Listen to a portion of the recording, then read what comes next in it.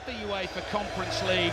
Winners so far, Roma in 2022, West Ham famously in Prague, we were there for that in 2023, and Olympiacos in 2024. Tonight Chelsea could become the first club in men's football to win all four of UEFA's major knockout competitions. The Betis fans have those green and white scarves held high, the Chelsea players all in blue, white socks pulled high, break away from the team huddle, and this is the Chelsea team for tonight, named by Enzo Maresca.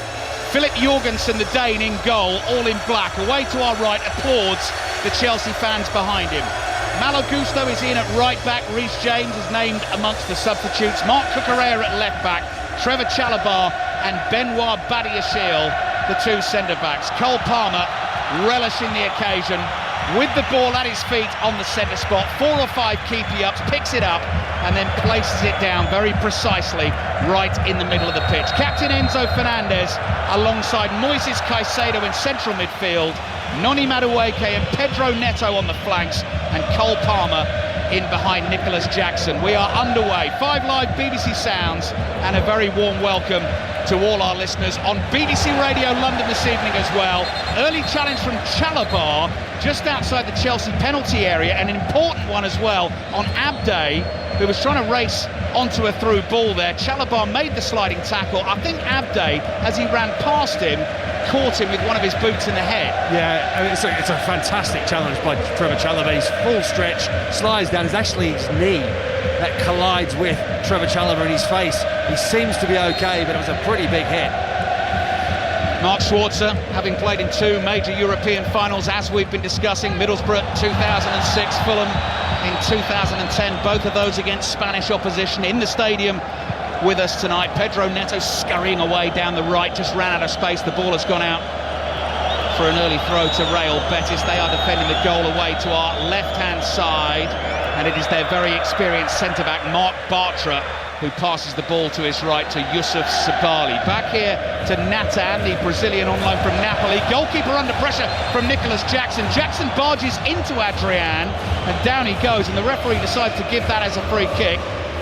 But nervy moments there for the former West Ham and Liverpool goalkeeper Adrian, all in yellow, starting for Real Betis tonight. So Adrian in goal, Sabali, Bartra, Natan and Ricardo Rodriguez their back 4.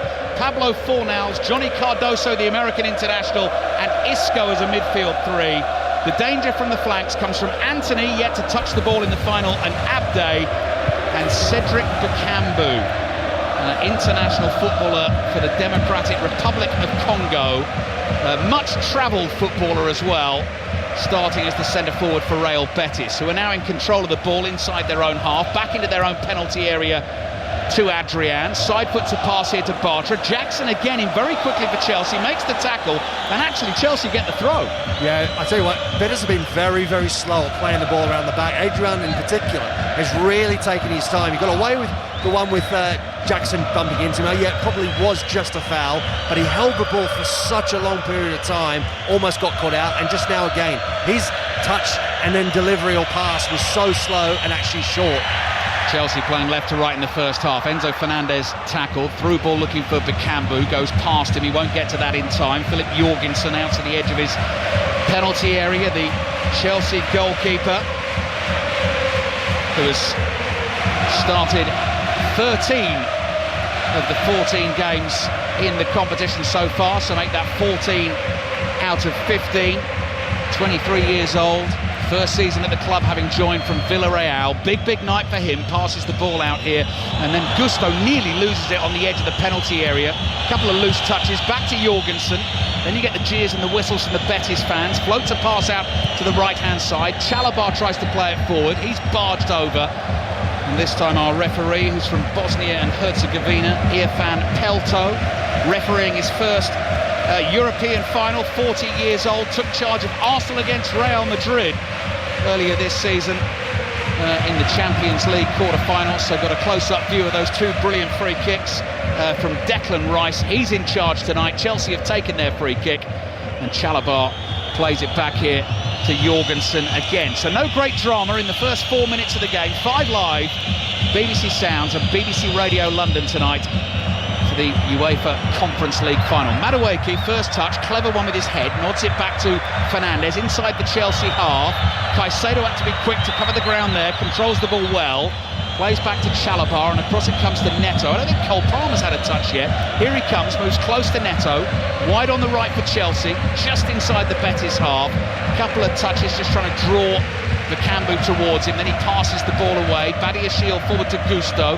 Caicedo's first time ball, flick from Jackson, looking for Palmer. That one doesn't come off, and suddenly Abde is away down the left-hand side for Betis. Bit of space to work with, takes on Caicedo on the outside. Down to the byline he goes. Caicedo makes a half block, and the header from Anthony, his first touch of the game, can't control it, loops well up over the bar and goes behind for a goal kick to Chelsea. Yeah, Malo Gusto there took a big gamble. He tries to win the ball before it gets to Abde, and he doesn't get there, and Abde just turns and runs into space. He's the one that runs on the left-hand side, just outside the 18-yard box to the byline, gets that cross in, and Anthony's the one that springs very high, just can't control the header, and it goes quite wide past the goal in the end. So danger averted from Chelsea. Malo Gusto just has to be careful not to get drawn out of position too easily. Real Betis 0, Chelsea 0, early stages of the final. Ball played by Chalobah up towards Neto, pressure on him, but support from Palmer, who goes striding away, ball at his feet down the right, cuts back infield onto his left foot, little trick, beats his man in the area, low shot towards the near post. Adrian's in the right position, and he makes the block. We were talking about the Chelsea owners, whether they were in attendance for the final tonight here in Poland. Chelsea concede a free kick on the edge of the Betis penalty area. Indeed they are. Todd Bowley and Bedad Egbali, both here inside the stadium tonight, sat next to Alexander Cheferin. And in terms of the tifo display from the Real Betis fans before the game, I was right, it wasn't meant to be Manuel Pellegrini. Saint Ferdinand is the patron saint of Seville, also known as San Fernando. That was the man we saw, big and bold, away to our left. Attacking from Betis, here's Isco, left-footed cross into the near post. Jorgensen does well, called for that and took it on the half volley at his near post. Good vision as well, bowls it out underarm to his captain Enzo Fernandez. He comes striding forward and plays a pass to his left to Jackson. Jackson running with the ball at his feet, cuts in from the left wing.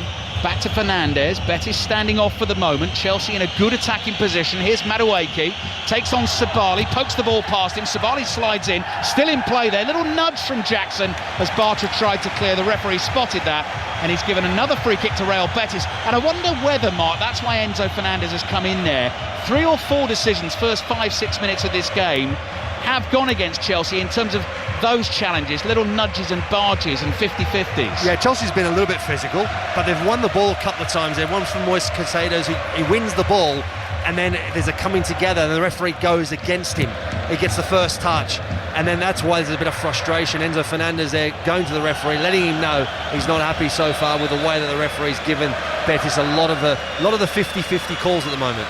Ball is back with Philip Jorgensen, Chelsea's young goalkeeper. Holds the ball in his white glove on his right hand, drops it, wearing the white boots to match, and then drills it low and left towards Madueke. The ball comes skidding across the pitch. Madueke controls, plays back to Cucurella.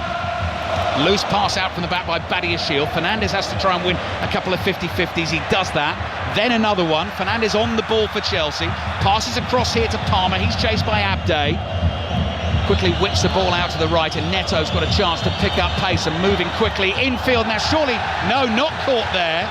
Jumped over the challenge in midfield from Cardoso, went down, no free kick given. Here's Bakambu, backpedaling, trying to control a ball inside the Chelsea half. He's then tackled by Gusto, and Chelsea can build again. Yeah, very strange decision from the referee there. Neto does so well.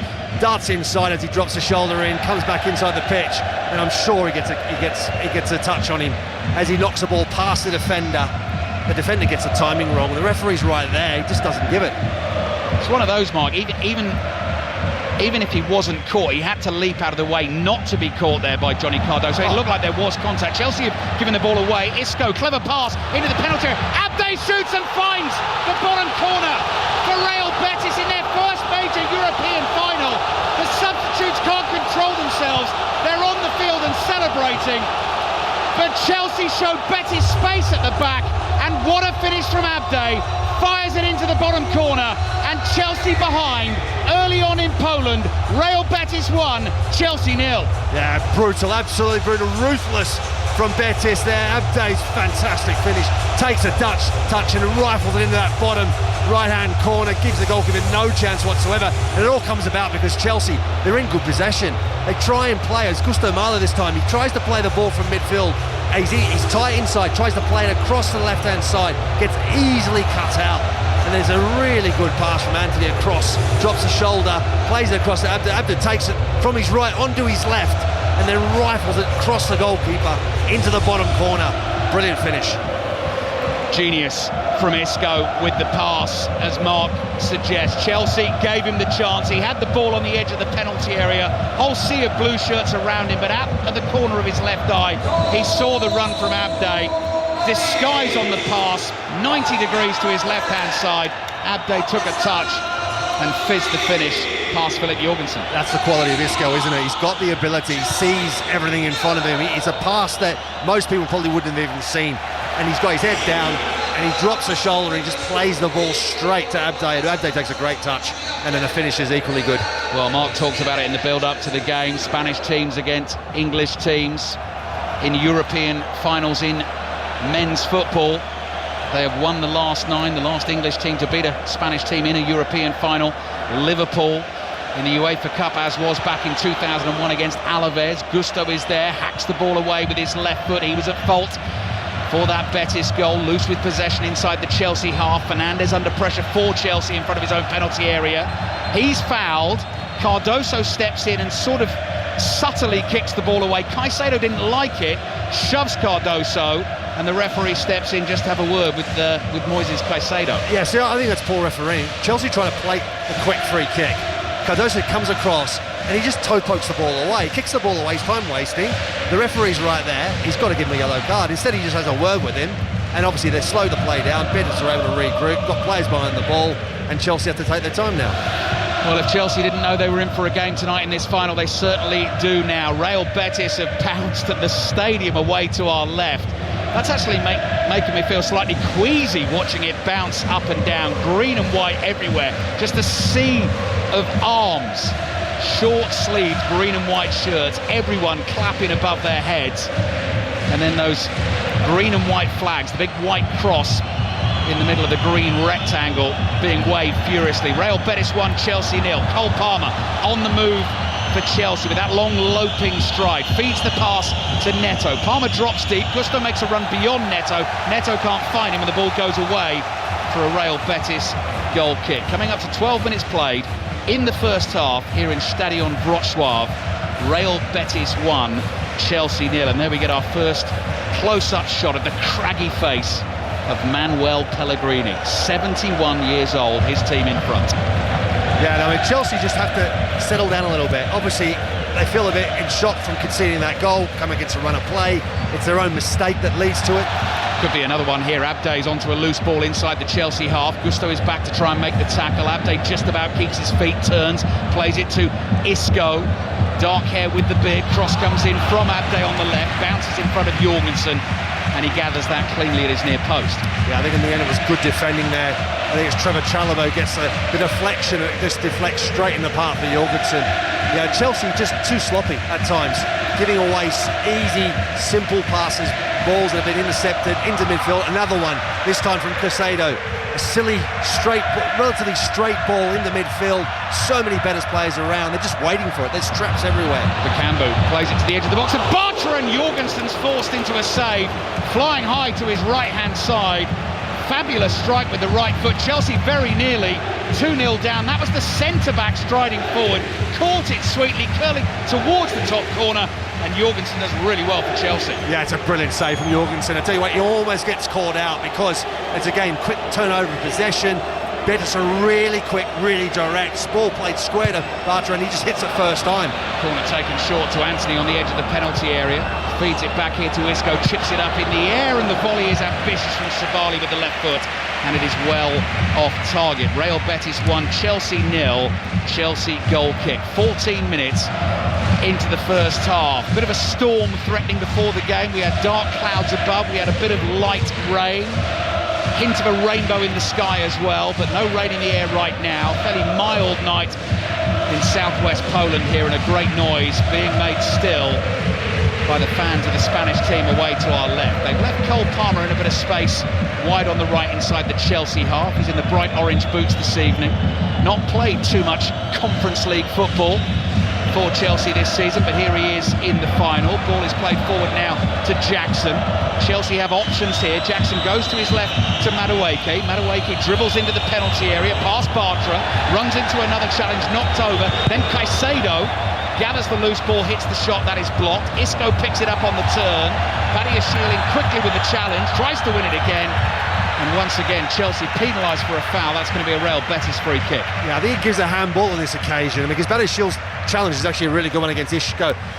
He does really well as he gets up. I think the ball, yeah, that's right, the ball gets hit. I mean, I don't think that's a handball. His hand is right next to him. He's getting up off the ground, and the ball gets smashed at him from about 5 yards out, and the referee's really quick to give Betis another free kick. 8th European final for Chelsea in the knockout competitions. They've won 6 out of 7. Fabulous record they have in the European finals. The only defeat against Manchester United in that Champions League final in Moscow back in 2008. They're behind tonight though. Betis in the green and white stripes, green numbers on the backs. Play back to their goalkeeper Adrian, left-footed pass from him out to Bartra to Sabali. Sabali plays into the midfield to Fornals, who threads one through. Bakambu tries an ambitious back-heeled first-time ball, intercepted. Chelsea get it forward quickly to Madueke. Infield then to Caicedo. A little bit of skill from Fernandez, closed down by Isco. Caicedo's there in support, outside of his right foot. Not enough on that. Showed too much of it to Sabali, who got there ahead of Madueke. Betis have given the ball away. Madueke is tackled again. Lovely feet from Isco in a tight space. Crosses the halfway line. Again, disguise on the pass into Cardoso. And Betis moving quickly to the left-hand side. So Abde, the goal scorer, he's been the bigger threat on the left-hand side. Anthony's not really been involved in the game so far.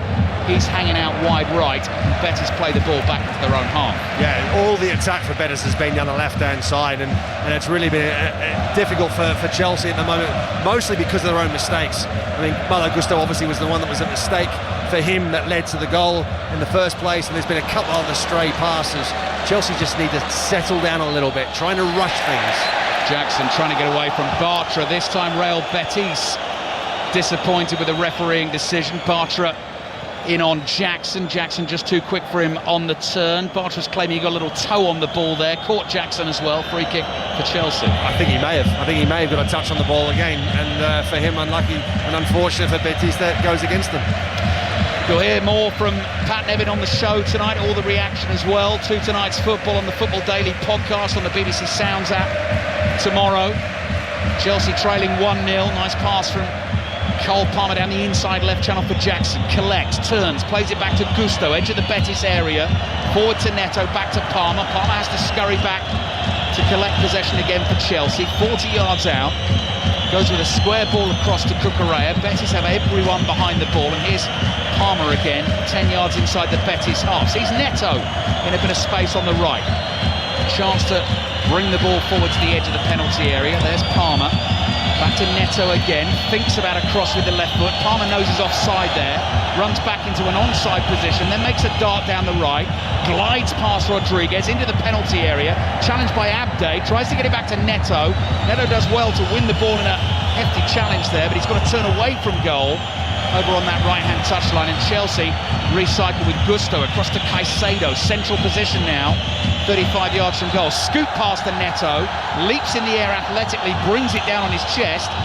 Betis fans over there felt the ball had gone out of play. The assistant referee was right there and didn't raise the flag. Here's Badiashile. His chip pass spins in the air, falls at the feet of Madueke. Fernandez makes a little run down the left for him. He plays back to Cucurella. Hair swaying as always as he runs with the ball. Cross it comes to Chalobah, now to Gusto. Got a Chelsea possession here, wide again to Neto.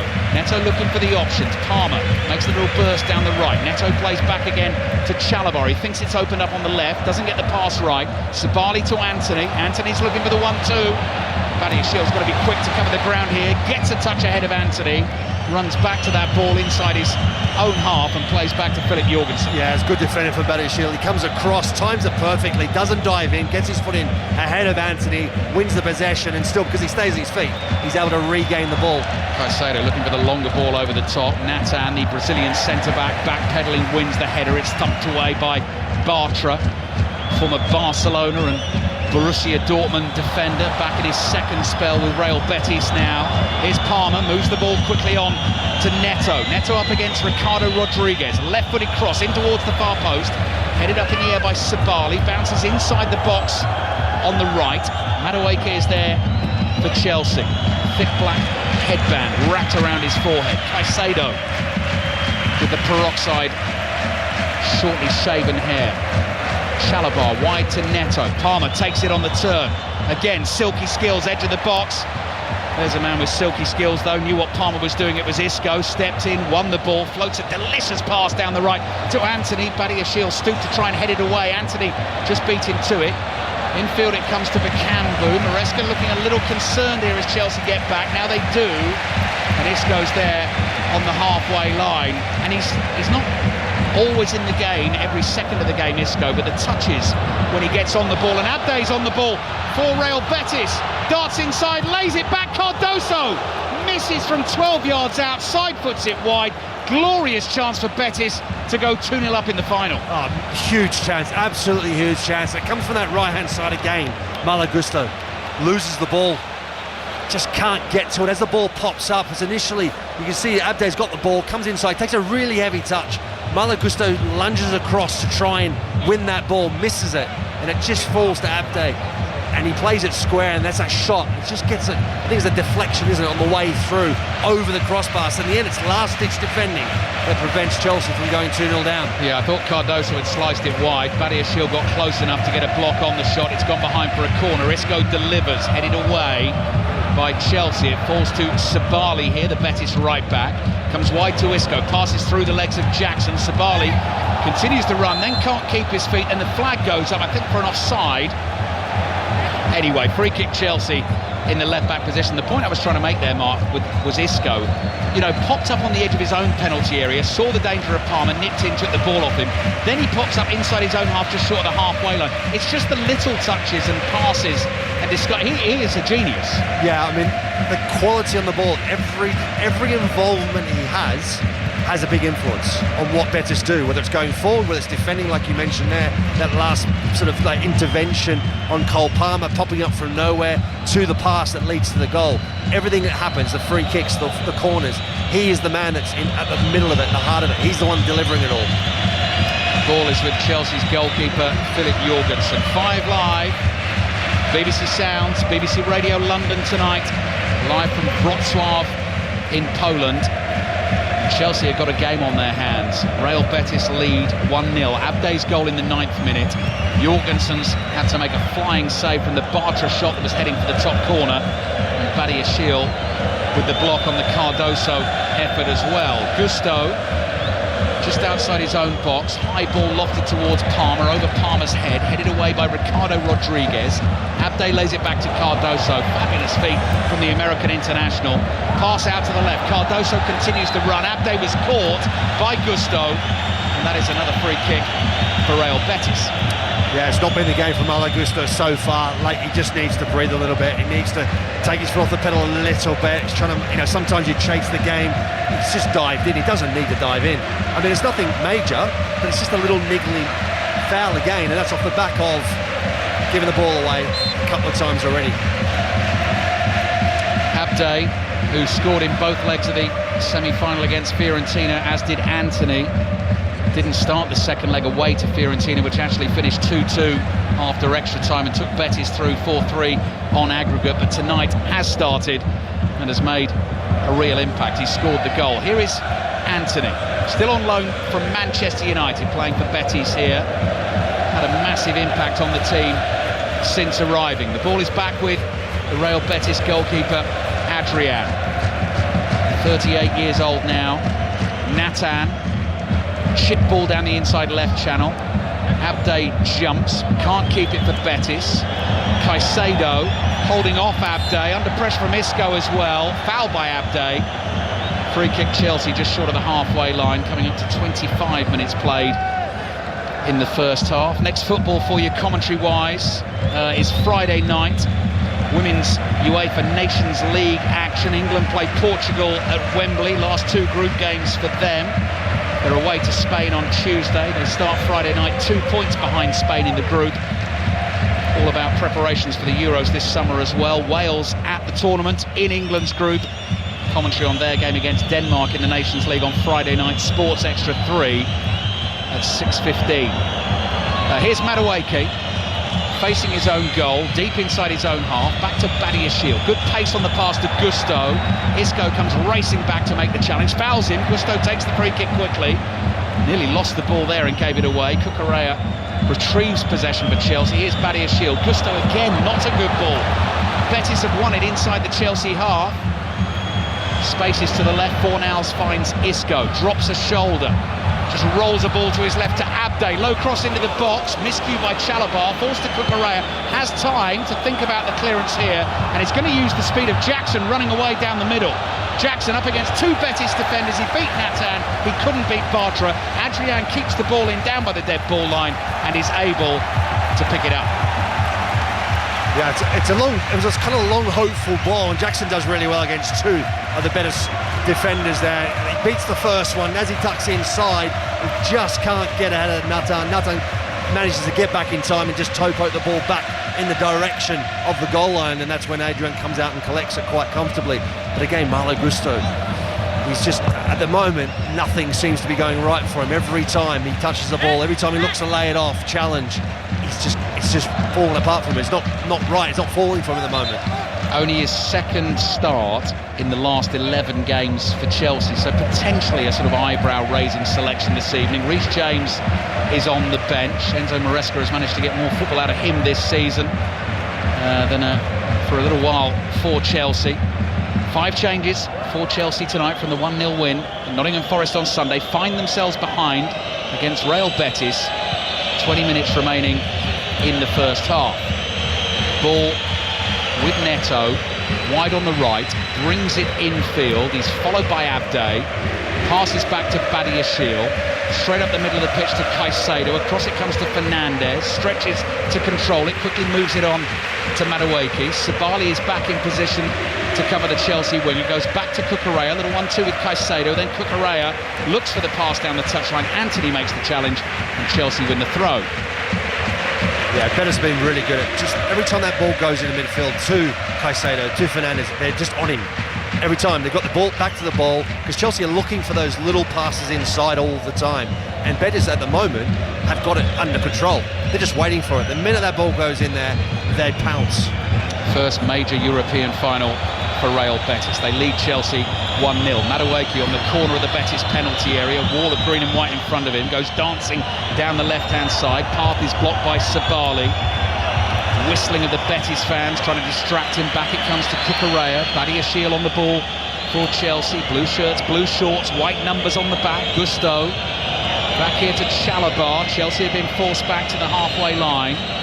Badiashile gets his head up, doesn't really see an option ahead. Cucurella tries to slide one through the middle. Might break to Fernandez, just too far ahead of him. Adrian saw the danger, comes rushing out and thumps it away with his right foot. Betis 1, Chelsea 0.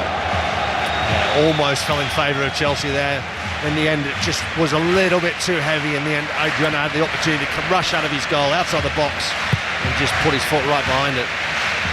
First final for Real Betis, first semi-final this season as well, because their previous best in European competition was a couple of quarter-finals, one in the Cup Winners' Cup back in the 70s, late 70s, when they lost to Dinamo Moscow. The last one actually against Chelsea in the quarter-finals of the Cup Winners' Cup back in 1998. Chelsea won 5-2 on aggregate. First leg they won away from home 2-1. Torre Andre Flo got 2.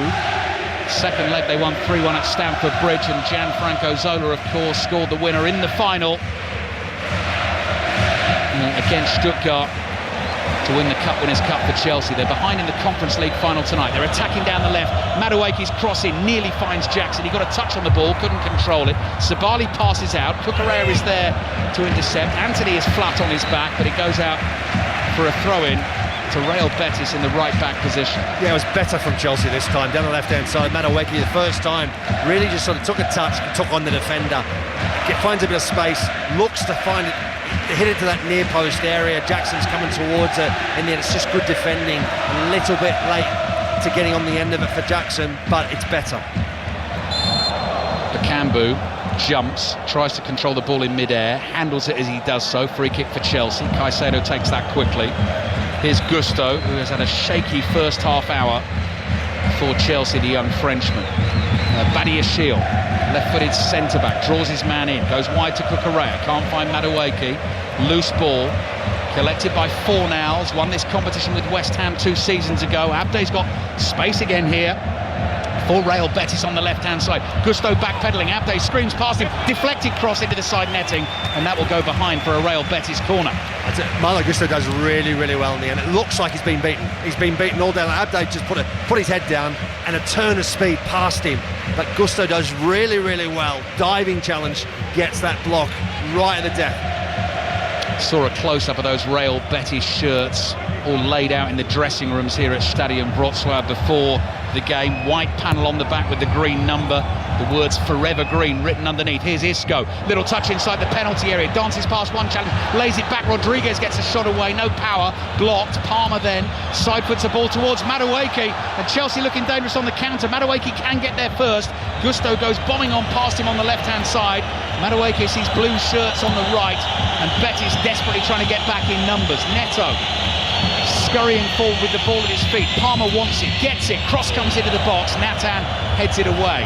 Abde is there, nods it down. Fornals on the spin, hoists it high in the air. Badiashile is underneath it, controls it with the instep of his left boot, and then passes back to Cucurella, and Chelsea start again from inside their own half. So half an hour of the UEFA Conference League final has been played.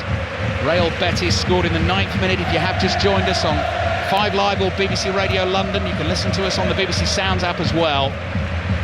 Betis scoring in the 9th minute. Abde with the goal from the brilliant Isco pass.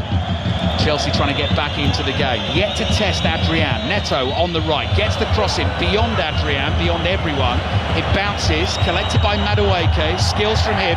Sabali's not falling for any of that, makes the tackle. Chelsea win the corner. I think that's first corner of the game for Chelsea. Yeah, it could well be there. I'll tell you what, Sabali just stands his ground. Doesn't really have to do much. Madueke ties it, he's sort of throwing his legs over the balls, dummies, step overs, and he just runs straight in to the defender. Neto's going to take it short to Palmer, wide on the left for Chelsea. Palmer, couple of touches, back it comes to Gusto. Gusto's cross hits Isco. Gusto gets there, flicks it down the line to Palmer, tries to hold off Isco, shoulder to shoulder. Palmer gets a touch on the ball, can't control it, and it goes behind for the Real Betis goal kick. And when he needs to defend, Isco is all business as well, because he's a playmaker, isn't he, Mark? But he does the dirty bits as well. Yeah, he does. We're just watching the goal again on TV. Isco's pass is brilliant, absolutely brilliant, and the finish is excellent as well. But yeah, you're right. The thing is as well, Chelsea are quite slow at the moment, quite slow in possession. They're being caught out a couple of times as well. It's almost like they're still in first gear. They need to shift through the gears a little bit more in possession. So when they get the ball, they feel like, well, we've got it, we're okay, we can hold off, we can play around them. Betis are just timing it really well. They're closing down in numbers. They're putting a lot of pressure on the ball, but at the right moments, and winning the ball off Chelsea. Chelsea have been frustrated, and the quality of passing at times has been really poor so far. Another explosion of noise from the Betis fans away to our left in this modern circular stadium here in Poland. Madueke tries to hit a first-time ball on the turn, took his eyes off the ball and missed it completely. Air shot goes out for a throw into Betis. Well, that's another example of it, where Madueke has time to take a touch and then play the ball. Instead he tries a really difficult pass. No need to try and rush things. There's still a lot of time to play in this game. They need to take their time, calm down a little bit, and find some rhythm. Anthony flicks a header forward. You heard the howl from Bakambu, thought he was fouled as he tried to control it. It's with Nicholas Jackson. Cardoso behind him. Fornals plays the pass away. The referee then decides to blow for a foul on Nicholas Jackson. So Chelsea will get a free kick midway inside the Real Betis half. 12 minutes remaining in the first half. Here's Caicedo, backheels the ball to himself, then uses Badiashile. Across to Chalabar, on the halfway line here with Gusto, forward to Caicedo. Caicedo's scoop pass looking for Palmer. Natan heads it away. Cardoso is there, controls it, uses Rodriguez in the left-back position. Bakambu chests the ball to his left-hand side. Bakambu gets it back from Abde, and then Isco looking for the Abde run down the left. Passes beyond him, and Jorgensen is able to come out and get it for Chelsea. They start to build from the back. Here's Gusto in central midfield, across to Enzo Fernandez, captain's armband, bright green tonight, wrapped around his left bicep, right hand strapped with a white bandage. Chalabar, tall figure at centre-back for Chelsea, did a 1-2 with Gusto. Plays across to Cucurella. Cucurella thinks about using Madueke on the left, didn't think it was on, plays back to Badiashile. Cucurella and Madueke both throw their arms up as if to say, well, didn't get that right. Here's Palmer, halfway line, wide on the right, swings a left boot at the ball to pass it back, across the Chelsea back four. Forward straight here to Caicedo. Gusto's made the run down the inside right channel. Ball bounces in front of him, gets there first ahead of Natan, lays it back here to Pedro. Palmer's in support. Pedro's going to try a left-footed shot, ambitious, and curls it well wide of the target. Yeah, wasteful opportunity there. Neto has a lot of time. He has too many options in the end. Decides to take the shot himself as he tucks inside from the corner of the 18-yard box. He just gets underneath it and skies it and well wide and over the crossbar by considerable margin. Green and white certainly dominates the stadium. This giant patch of Betis fans away to our left-hand side. The pitch, obviously, green grass, white lines, but the sort of UEFA Conference League livery as well is green and black, and that is sort of draped all over the stadium as well. So that suits Betis. Referee thinks there's a bit of time wasting going on here from Adrian, so you heard a few shrill blasts on the whistle there to tell the Betis goalkeeper to hurry it along. Doesn't really hurry it along, but eventually thumps the ball downfield with his right foot. Bakambu wins the header, finds Abde, quick ball to Isco. Isco's a stocky figure, bandy leg runner, passes the ball to his left. Not seen much on the attacking front from Ricardo Rodriguez. Isco takes over from Rodriguez. Caicedo tries to tackle him. Great balance from Isco there until he's eventually shoved over by Caicedo off the ball. Betis are allowed to continue the attack, and they've had the chances in this game, leading 1-0. Sabali brings it in field from the right. Fornals back here to Bartra. Bartra across to Anthony, chased by Cucurella. Anthony passes back into his own half. Bartra runs to get to that ball ahead of Nicholas Jackson. Got time here to play back to Adrian. Jackson comes jogging towards him. Betis goalkeeper plays it to his left to Natan. Cue more bellowing song from the Betis fans, and suddenly a dangerous move building down the left-hand side. Abde flick on to Isco, makes ground quickly. He's up against Gusto just outside the penalty area over on the left wing. Holds on to the ball to Betis for now. Looks for that little switch pass into the box for Abde. Past Abde, and Jorgensen is able to collect in his 6-yard box. Mark Schwarzer. Yeah, better defending for Malo Gusto. He just didn't dive in on Isco. Isco was waiting for the dive in. He dropped a couple of shoulders, a couple of step overs. Malo Gusto just held his ground, moved him back out away from the goal, and Isco's reverse pass in behind was then well defended. Trevor Chalobah came across, realised he could let it go to the goalkeeper, so it was better play from Chelsea, calmer and more controlled. Just 8 minutes left in the first half though. They're behind and they're yet to test Adrian in the game. It's been a very comfortable progression for Chelsea to this final all the way through. Very different story tonight. Gusto on the ball, across here to Chalabar. Real Betis in their defensive shape. Longer ball comes from Badiashile, diagonally wide to Madueke. Good control, drags it in on the laces of his left boot. Little bit of skill on the left-hand side. Rolls it back to Cucurella. He delays on the pass, turns 360 degrees. Finds Madueke in close support. Across here to Caicedo, 30 yards out, little chip ball. Palmer tries to nod it down to Jackson, volleyed away by Bartra. Gusto looks to get onto the loose ball on the edge of the box. Betis feel there was a foul in there. The referee's going to let the game keep going. A little bit more danger from Chelsea here late in the first half. Palmer gets it from Neto.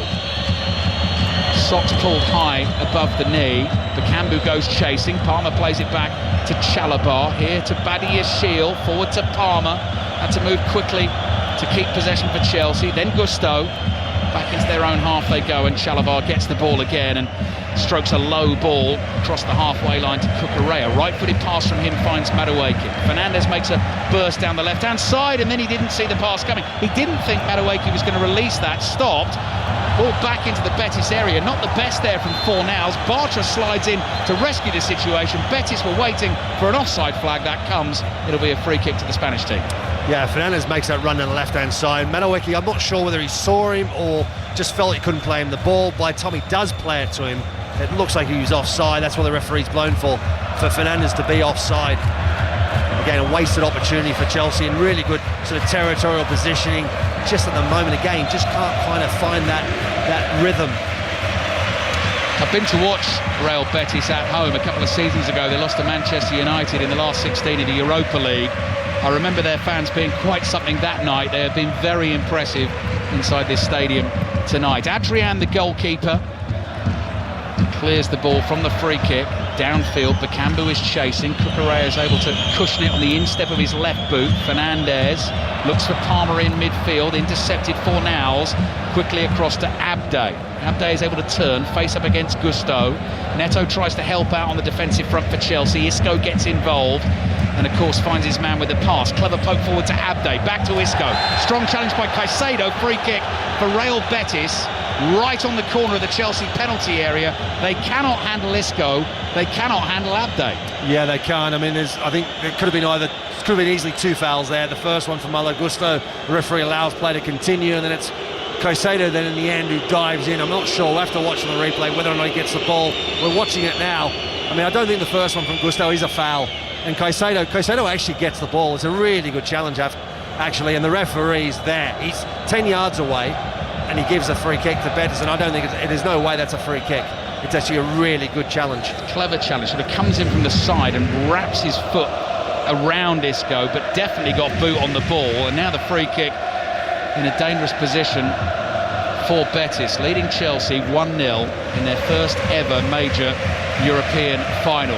Antony scored a stunner against Fiorentina in the second leg of the semi-final, in conversation with Isco, two incredibly talented footballers standing over the ball. Spells danger for Chelsea. Behind in this final, Antony just pointing, ensuring that Chelsea wall is 10 yards. Whistle blows, short one to Antony, curls it in to the far post. Jorgensen stretches, gets a hand on the ball. Natan's shot is blocked, and Chelsea are able to get it away. Madueke quickly onto Neto down the left-hand side. Sliding challenge in the midfield from Fornals, who celebrates as if he scored a goal. I saw him score a goal in the Europa Conference League semi-final, second leg for West Ham away to AZ Alkmaar that took them through to the final. And that was some celebration for a sliding block by Pablo Fornals. 3 minutes left in the first half, plus added time.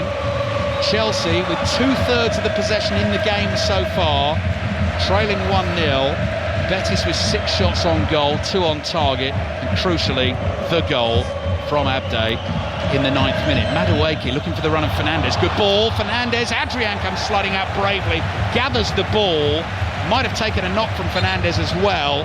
Good goalkeeping, Mark Schwarzer. Really good goalkeeping there. Fernandes is really close to getting a touch on the ball, and there's nothing Fernandes can do with the challenge because of the way that Adrian comes in. He dives in, but he holds onto the ball. It's a really good ball from Madueke over the top. Just gets away from Fernandes.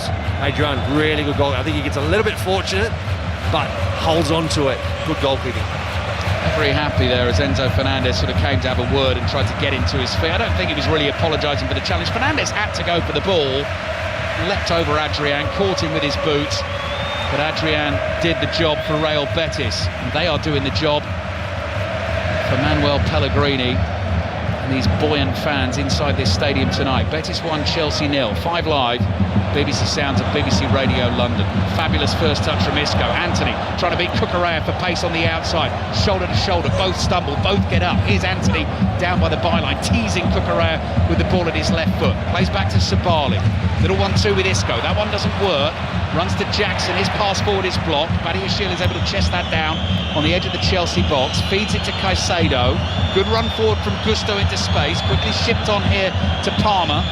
Fornals is back to try and cover. Suddenly Madueke pops up on the right-hand side for Chelsea, so they've switched the wingers late in the first half. Gusto gets that cross in towards the far post, bounces, Neto tries to head it back across goal. Bartra is there, volleys it high in the air. Anthony is underneath the ball, it's already gone over the touchline. Throw in Chelsea. Yeah, better play from Chelsea there. Malo Gusto makes a good run down the right-hand side. His delivery across just slightly overhead. If he hits it with the right sort of pace on that ball, there's every chance there's a Chelsea player get on the end of it. But unfortunately, slightly overhits, and the bounce at the far post area then is just a little bit too high for Neto to control. Manuel Pellegrini is trying to get his team, certainly that midfield line, up the pitch a little. Cucurella's gone for the longer diagonal here, headed away from Palmer, chested down by Fornals, closed down by Jackson, gets it to Isco, lay off to Cardoso, first time ball, looking for the run of Abde, asking way too much here. And Chalabar comes running back. Night skies above us here in Stadion Wrocław, 9:45 in Poland. Could be extra time, could be penalties tonight, of course, as well. Chelsea need to find themselves a goal, though. Have lost a couple of games in this competition. Back in August, all the way back in August in the playoff round away to Servette. Didn't do them any danger, though. Won it on aggregate, and through they went into the league phase as Palmer plays it across here to Enzo Fernandez. Fernandez looking for that ball into the box for Gusto. Cleared only as far as Fernandez. Forward to Jackson. Lay off to Cucurella. Wide it comes to Neto. 1 minute of added time at the end of the first half. Fernandez with the curler. Big deflection on this one. Goes spinning past the left-hand post and behind for a corner to Chelsea. Late pressure. Yeah, it was a decent attempt from Fernando. I just don't think it would have tested Adrian. I think Adrian was making the run across to his left-hand side. The deflection just took it that little bit further. I don't think there was enough pace on that ball to really trouble the goalkeeper.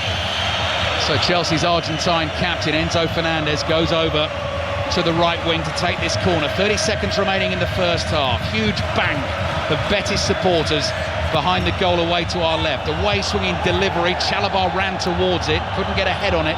Palmer nods it up in the air. Chelsea got to be a bit careful they don't get caught on the counter. Good block from Palmer, side-footed away from Rodriguez. Betis can't get anyone to the ball, and Gusto jogs back into his own half and gathers possession for Chelsea. 15 seconds left in the first half. Anthony looks annoyed about something. I don't think a game goes by without Anthony looking a little bit disgruntled now and then. Caicedo on the run forward, nearly bumped off the ball, does fall over. Referee decides to play an advantage here. Closing seconds of the first half. Jackson needs to do something with the ball quickly. Finds Caicedo, looking for the run of Cucurella. Headed up in the air by Natan. Caicedo wins the next header. Then Abde nods it away. And the Real Betis fans roar with relief at the sound of the half-time whistle. And again, the coaching staff, the backroom staff and the subs from Real Betis all get up and try and urge their fans to greater efforts. It is Real Betis who lead at half-time. Chelsea caught out early in the game. They gave the ball away inside their own half. And as we've already said, Mark Schwarzer, the pass from Isco was fabulous and the finish from Abde unerring. Yeah, it was. Yeah, and it was all about Isco's pass, wasn't it? Now, he's the one that creates that chance. Obviously, they win the ball high up. Malo Gusto gives the ball away. Betis really, really quick in that transition. And Isco's pass is sublime. And a great touch from Abde and a really good finish as well.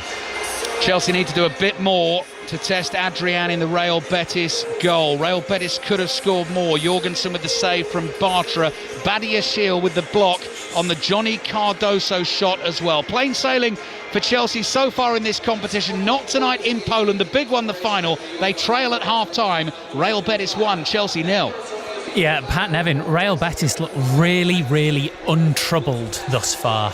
They absolutely do, and tactically they're winning it easily just now.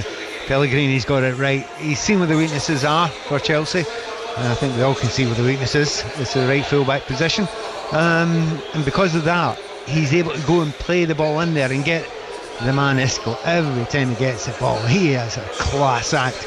But what has stunned me completely is I think it's really obvious, right? You've got three centre-backs, you're inverting Gusto, you're asking him to sit in centre midfield, okay? He's not a centre midfield player. No. He's a right-back who goes and he flies down the right-hand side, either, inside or outside his winger. That's what he's really good at, and he's dead good at that, right? You're asking him to play as an inverted player. He isn't very good at that. Why are you not putting Cucurella in there? That's what he's good at. He's great at that. Or just bring Reece James off the bench now, who can do exactly that. He could do that. Yes, he could do exactly that. But be aware that Reece James, you know, one-on-one with a very good quick winger, may have some difficulties himself. But I can't see why you don't see that early on after 10 minutes.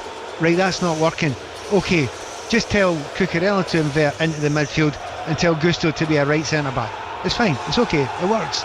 But time and time again, and Gusto looks as if he's having an absolute stinker. But he's playing a position that doesn't suit him. And clearly Real Betis knows exactly what they're doing there. They've scored the goal for there, giving the ball away there. They're just playing the ball into there all the time. And now Gusto, he's lashing into tackles now, he's diving in, he's making mistakes, he's giving the ball away. And he's really, really spooked by it. And that's just one of the problems that Chelsea have got. But, you know, I've got half-time, it's only 1-0 down. And this is where you earn your corn. If you're Maresca, this is where you earn your corn. Make the right decisions at half-time, and he's got some decisions to make. Real Betis have been brilliant, Mark, but you know, I mean, it's kind of a cliche when people say, "Oh, I wouldn't want to be in that Chelsea dressing room." Just looking at Enzo Maresca's kind of behaviour in that first half, I really would not want to be in that dressing room. No, you wouldn't want to be. But you know, for all of the obviously the frustration on the sidelines, it's his opportunity then to get his messages across to his players in a cool and a calmer kind of environment. So he needs to have a bit of force behind his instructions, but also there's 45 minutes minimum to go in this game, so they need to get themselves back in this game. They're more than capable of doing so.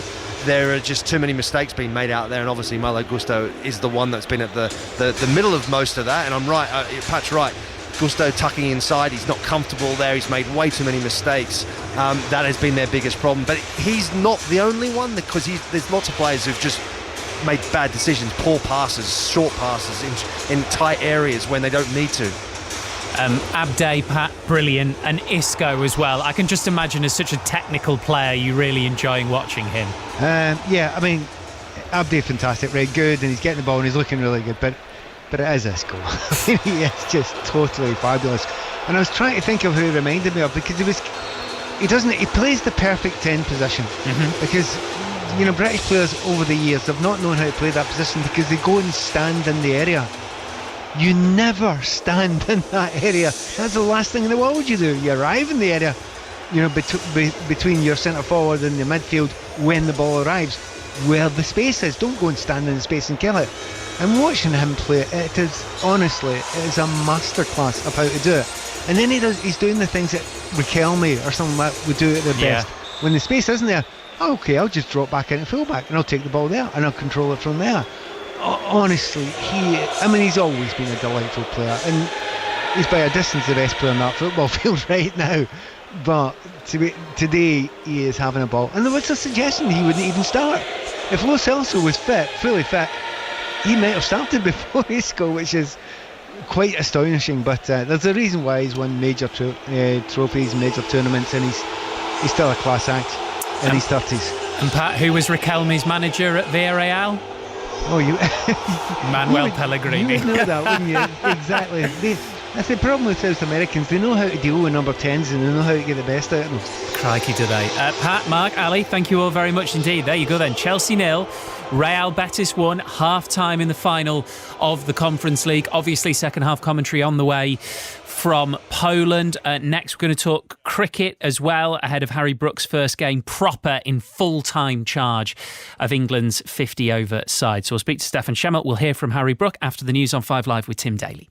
The voice of the UK. This is BBC Radio 5 Live. Good evening. The Crown Prosecution Service has set out for the first time the full list of charges being faced by the social media influencer Andrew Tate and his brother Tristan in the UK. They're accused of 21 offences in total, with both suspected of rape, actual bodily harm and human trafficking. As our correspondent Charlotte Gallagher now explains, they're also facing prosecution in Romania. They will only be brought back to the UK when criminal proceedings against them in Romania are concluded, and that could include prison sentences. So we're not expecting them back in the UK anytime soon. The brothers deny all charges. I mean, these are huge social media personalities. They have millions of followers, but they are also hugely controversial. Sir Keir Starmer has been to Liverpool to meet senior police officers after dozens of people were injured in the city on Monday when a car was driven into crowds. Detectives have been given more time to question the suspected driver. The United Nations Security Council's been hearing testimonies of worsening violence and destruction in Gaza. A doctor who'd recently worked in the territory has described starving families under constant attack by Israeli airstrikes. Israel's ambassador to the United Nations said the war would not end until the remaining hostages were out of Gaza. 2 police officers who used a taser and synthetic pepper spray on a 92-year-old man have been found not guilty of assault. PC Stephen Smith and Rachel Komoto were accused of using excessive force on Donald Burgess at a care home in East Sussex 3 years ago. They'll now face misconduct proceedings. Assistant Chief Constable Paul Court is from Sussex Police. I recognise and understand the impact this case has had on public confidence. It is with profound regret this happened. And Russia has accused Germany of hindering efforts for peace after its new Chancellor, Friedrich Merz, announced plans to help Ukraine develop new long-range missiles. Kyiv says striking military targets in Russia would help to stop Russian attacks being launched. And that is the news on 5 Live. When it's a quintessential part of British summer. When it's the tournament you've waited 4 years for. When it's down to a nail-biting match-point rally. How can they keep going? I'm tired just watching. I think I need a banana. Nothing brings us together like great TV. And a TV licence covers you to watch all TV channels so you can enjoy a whole summer of world-class sport. It also funds everything you love from the BBC, including iPlayer and live radio. Like this. BBC Radio 5 Live. This is 5 Live Sport. With Steve Crossman. Listen on BBC Sounds. Real Betis lead Chelsea by 1-0 in the final of the Conference League in Wrocław. We'll be back for second half commentary shortly. Cricket first, Jamie Smith is going to open the batting for England against the West Indies tomorrow. It'll be the first time he's done so in a senior 50-over match. Harry Brook takes charge of his first series as captain since replacing Jos Buttler. He's been telling our chief cricket reporter Stefan Schemmel the type of captain he wants to be.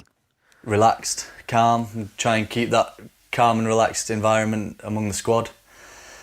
And then just see how the game plays out, make decisions on the spot, and hopefully the right ones. How do you want your team to play? Aggressive. I want the batters to be able to put the best balls under pressure, put the best bowlers under pressure, be able to manipulate the field, score big runs, make match-winning contributions. And then the bowling side, I want them to be able to work towards wickets and have the skills to be able to bowl to a certain dimension or be able to back themselves to hit the skills, so it's hard for the batters.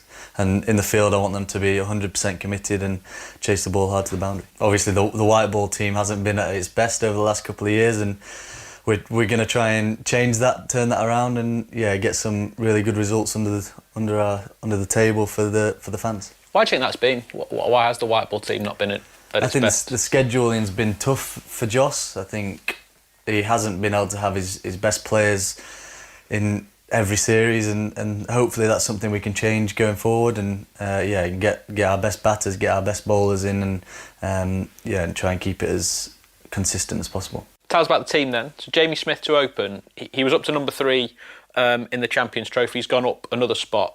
What's behind that decision? Me and Baz just have this burning desire that he could be an amazing white ball opener, and he's got the strength to do so. He's got the technique to be able to face the swinging ball. As we've seen in Test cricket, he's a very, very good player, and like I said before, he can put their best balls under pressure from any position. Both for you and English cricket as a whole, it's such a massive year with a stacked schedule. How are you going to balance that, both personally and making sure that the white ball team always gets the best players? Because that was a problem in the past, wasn't it? The white ball team didn't always get the better cricketers. Yeah, I think the scheduling is a little bit better now. I don't think there's any real lapovers or whatever you call it, but I think it should be a little bit easier to have that consistent balance in the squads and in the teams going forward.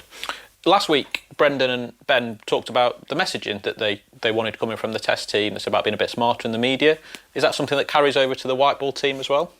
Yeah, I think so. We're trying to keep it very similar to the Test side. We've got a very similar ethos, which I know I try and do as a player. I try and put the best balls under pressure, and I do try and chase the ball as hard as I can to the boundary, and give 100% in everything I do. So that is the messaging that we've been saying, and hopefully that can stick it in this white ball group as well.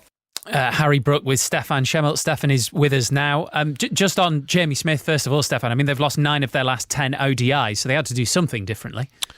Yeah, they did. It's not a surprise that he's in the team, but it is a surprise that he's opening for a few reasons. You said yourself, he's never done it in senior List A cricket. He batted at number 3 in the Champions Trophy and only made 24 runs. There's also another option in the team as well. Will Jacks is down at number 7 and he's a regular white ball opener, but it's just another example of England seeing something in a player and backing them to do a job. Harry Brook said it there. He's got the technique to face the new ball. He's also got loads of shots. One-day openers have to be versatile, and Smith can be that. He's got the gears, so it is different. It's a bit of a risk, but it's a great opportunity for Jamie Smith. Presumably the reason you asked him why he's been promoted up the order following the Champions Trophy is because it did not go well for him in the Champions Trophy. Yeah, he looked a bit of a square peg in a round hole, and that he didn't really know how to play, and he was following Phil Salt at number 3. Phil Salt was opening the Champions Trophy. He's a really aggressive player, tried to play all the shots. Smith looked like he thought he had to do the same thing as well. Now, Salt's been left out of the one-day squad. He's in the T20 squad next week. So hopefully Smith, as an opener, can just use those different skills that he's got. I mentioned that he's got the gears. He's got 50 overs to build an innings. That is a long time. But yeah, it was a little bit of a surprise, and it almost felt like England had decided we want Jamie Smith in the team, but the only vacancy is as an opener, so that's where he's got to bat. I guess other headlines, returning IPL players, Jacob Bethel, Will Jacks you've mentioned, and Josh Buttler, who, he didn't have to come back for this. I don't know how his IPL franchise will feel about it. So do you just sort of say fair play for still having the heart to want to do it? Absolutely, and it says maybe a little bit about Josh Buttler, what he wants to do with the rest of his England career, because when he gave up the captaincy, what was it, a month ago, 6 weeks ago now, he might have called time on it. He could have gone off and earned his millions in the white ball game, knowing that he's done everything that he could for England. He's captained them to a T20 World Cup win. He'd played in a 50-over World Cup win, and he'd been the captain, but he's back. He wants to be at his best in international cricket, and it's Buttler that England need to get the best out of. At the end of his time as captain, he looked pretty miserable, but he's still the best white ball batter in the world, or one of the best white ball batters, England's best of all time. England will look at the IPL and see that the IPL has probably always had the best of Josh Buttler, certainly in recent times. So now England will be thinking, well, how can we get a bit of that as well? Thank you very much, Stefan. Test Match Special will have ball-by-ball commentary from 1 p.m. tomorrow on 5 Sports Extra and BBC Sounds. The latest TMS special pod is a profile on the New England women's captain Nat Siver-Brunt, hearing from schoolmates, teammates and her wife as well. One other cricket line for you. Lancashire have parted company with men's head coach Dale Benkenstein after going winless in the first 2 months of the new county championship season. In case you weren't listening to us earlier, Arsenal closing in on signing Martin Zubimendi from Real Sociedad, £51 million. Emma Raducanu lost her second-round match in straight sets to last year's French Open champion Iga Swiatek. Tomorrow, 5 Brits in singles action. Jack Draper against Gael Monfils. Commentary of that from 7 on 5 Live Sport. The afternoon coverage starts at 1 o'clock on Sports Extra 2. League One, Huddersfield Town have named the former Burnley and Sheffield Wednesday goalkeeper Lee Grant as their new head coach. Plymouth Argyle head coach Miron Muslic is set to leave. He's opened talks with Bundesliga 2 side Schalke, and the Manchester United youth coach David Hughes has taken over at League 2 Newport County. So we'll have Pat Nevin back with us later. Who knows, we might be bringing you commentary on extra time in the Conference League final. Chelsea would probably take that now. Ali.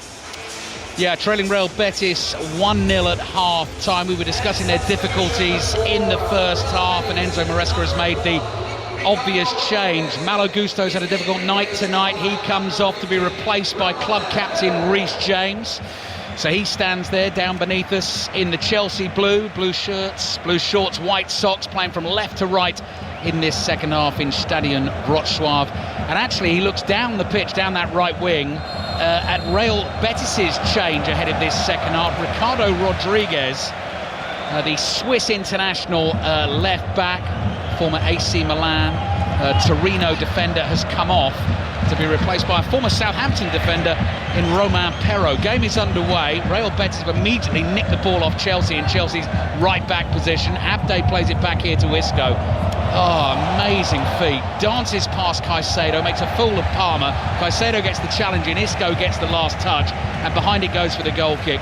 Two men within 5 feet of him there, Mark, and it was like wriggling out of the phone box. They just beat both, and neither of them got a touch on the ball, the Chelsea players. No, it's brilliant. Really quick feet, unbelievable control, close control of the ball from Isco. The only thing that lets himself down in the end, he kind of miscontrols it right at the end, and it just goes out for a goal kick for Chelsea, but brilliant play from Isco again. Yeah, there's a reason why he played 353 times for Real Madrid, scored 53 goals and won 5 Champions Leagues. And here he is at Real Betis. Fabulous pass in the first half to create the Betis goal. I'll take you through the two teams again in just a second. Chalabar's on the ball for Chelsea, puts his right foot through it. Down the right it goes to Neto. Perraud jumps, ill-advised jump. Neto knocked over by Natan. Just on the right edge of the Betis penalty area. The ball is cleared away. Badiashile wins a header. Chalabar nods it infield. Caicedo lets it bounce. Forward it goes here to Jackson. Stretches, finds Fernandes. Tries to quickly move it on to Madueke. Slight deflection on the pass, which took a little bit of momentum out of the Chelsea movement. 5 Live, BBC Sounds, BBC Radio London tonight as well. Commentary coming live from Wrocław. And of course Saturday night live from Munich. Champions League final, Inter Milan against Paris Saint-Germain. Kicks off at 8 o'clock. John Murray and Chris Sutton, your commentary team for that one. Plenty of build-up on the way throughout the week here on 5 Live and BBC Sounds. James to Chalabar. Wide it goes to Neto on the right. Chelsea chasing the game. Behind in the final. Here's James. Cross looks good. Beyond Madueke. Bounces in front of Fernandes. Sticks out a left leg. Can't quite control it. And behind it goes for the goal kick to Real Betis. That took me back actually to the Manchester United game a couple of weeks ago, and the brilliant bit of skill from Reece James, the cross into the far post that Cucurella got on the end of. That was a decent ball. Yeah, it was a very good ball. Just maybe the pace of it just a little bit too much. Fernandes just couldn't get the end of it. He's got a toe on it, but couldn't prevent it going out for a goal kick. But really good play. Reece James pushing the back, knocking the back of the leg as well from Isco as they challenge for the ball on the halfway line. Referee gives the free kick to Chelsea. Philip Jorgensen in goal. So James now right back. Cucurella on the ball at left back. Chalabar and Badiashile, the two centre-backs. Fernandes, Caicedo in central midfield. Neto wide right. Madueke on the left. And Palmer trying to wriggle his way out of a tight spot here on the right wing for Chelsea, playing in behind Nicholas Jackson. Chalabar miscontrols, the ball spins up, hits him on the right hand. That's clumsy. That'll be a free kick for Real Betis. 3 minutes gone in the second half. Betis 1, Chelsea 0. Yeah, it's a little awkward one there for Trevor Chalobah. He tries to get his toe on the end of it, misses it, and when he misses it, it just bounces up all of a sudden and hits it straight into his hand. It's sort of in an outstretched position. Anthony's made a clever run from the free kick, the diagonal run from right to left.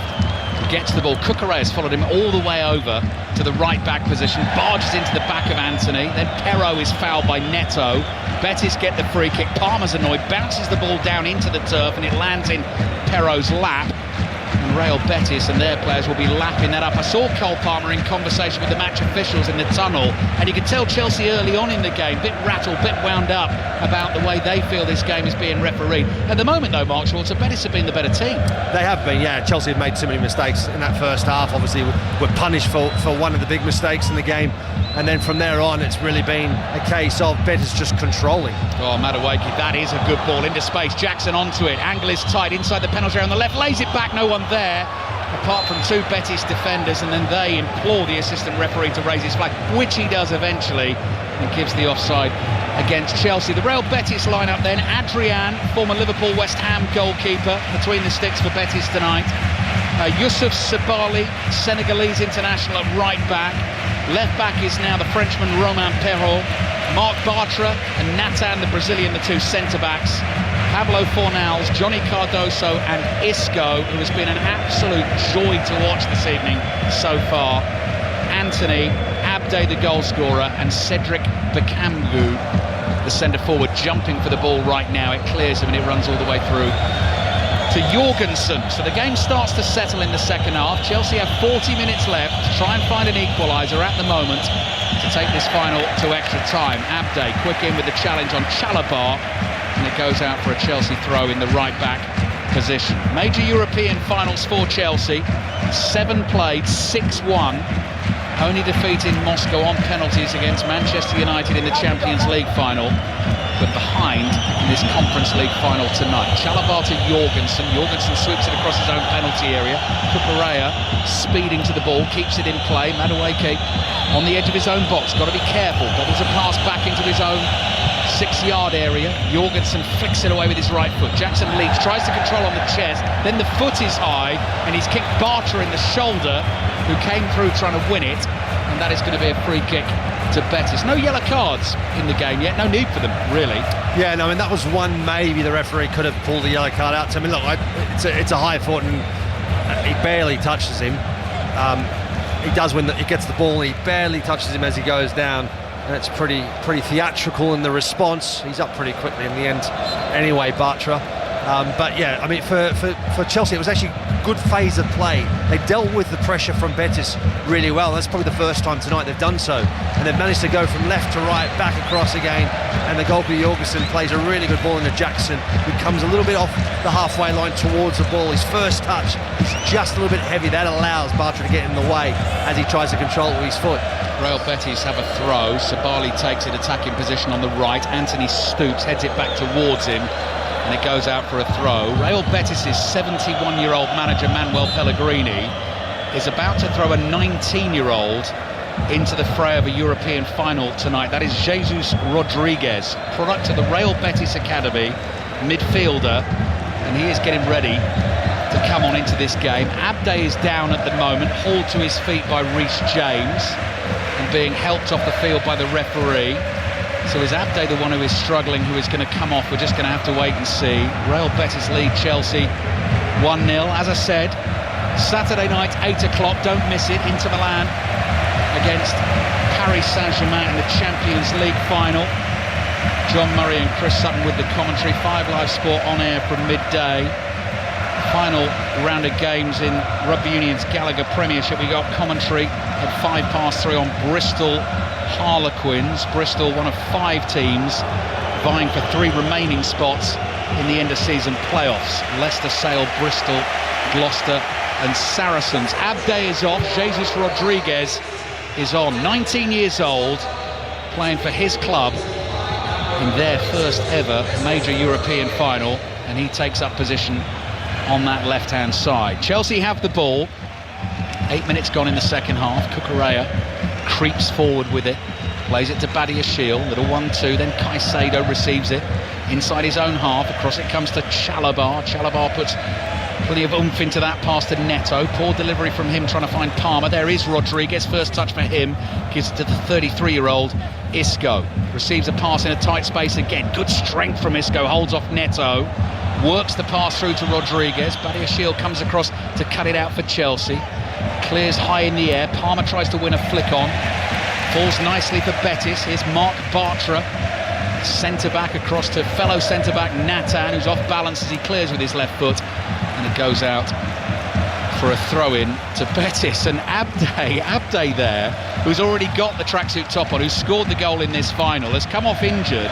And then as the ball went behind him for the throw-in, he tried an outrageous sort of swing of the leg to backheel it on the half volley, and didn't make contact. He can't be all that injured. Jackson back to Caicedo. Caicedo has to stretch to find Cucurella. Cross to Badiashile. Chip pass to the left, controlled by Fernandez. Madueke sets off at speed down the left-hand side. Receives the ball. Sabali closes the space down. Cross comes in towards Jackson. Adrian jumps for it. Jackson is down hurt inside the 6-yard box. The referee gives a corner and then immediately waves for medical attention to come onto the field for Nicholas Jackson, and surrounded by the Chelsea players who feel there should be a penalty awarded for the challenge on Nicholas Jackson. We are not going to be able to tell Mark Schwarzer until we see the replay.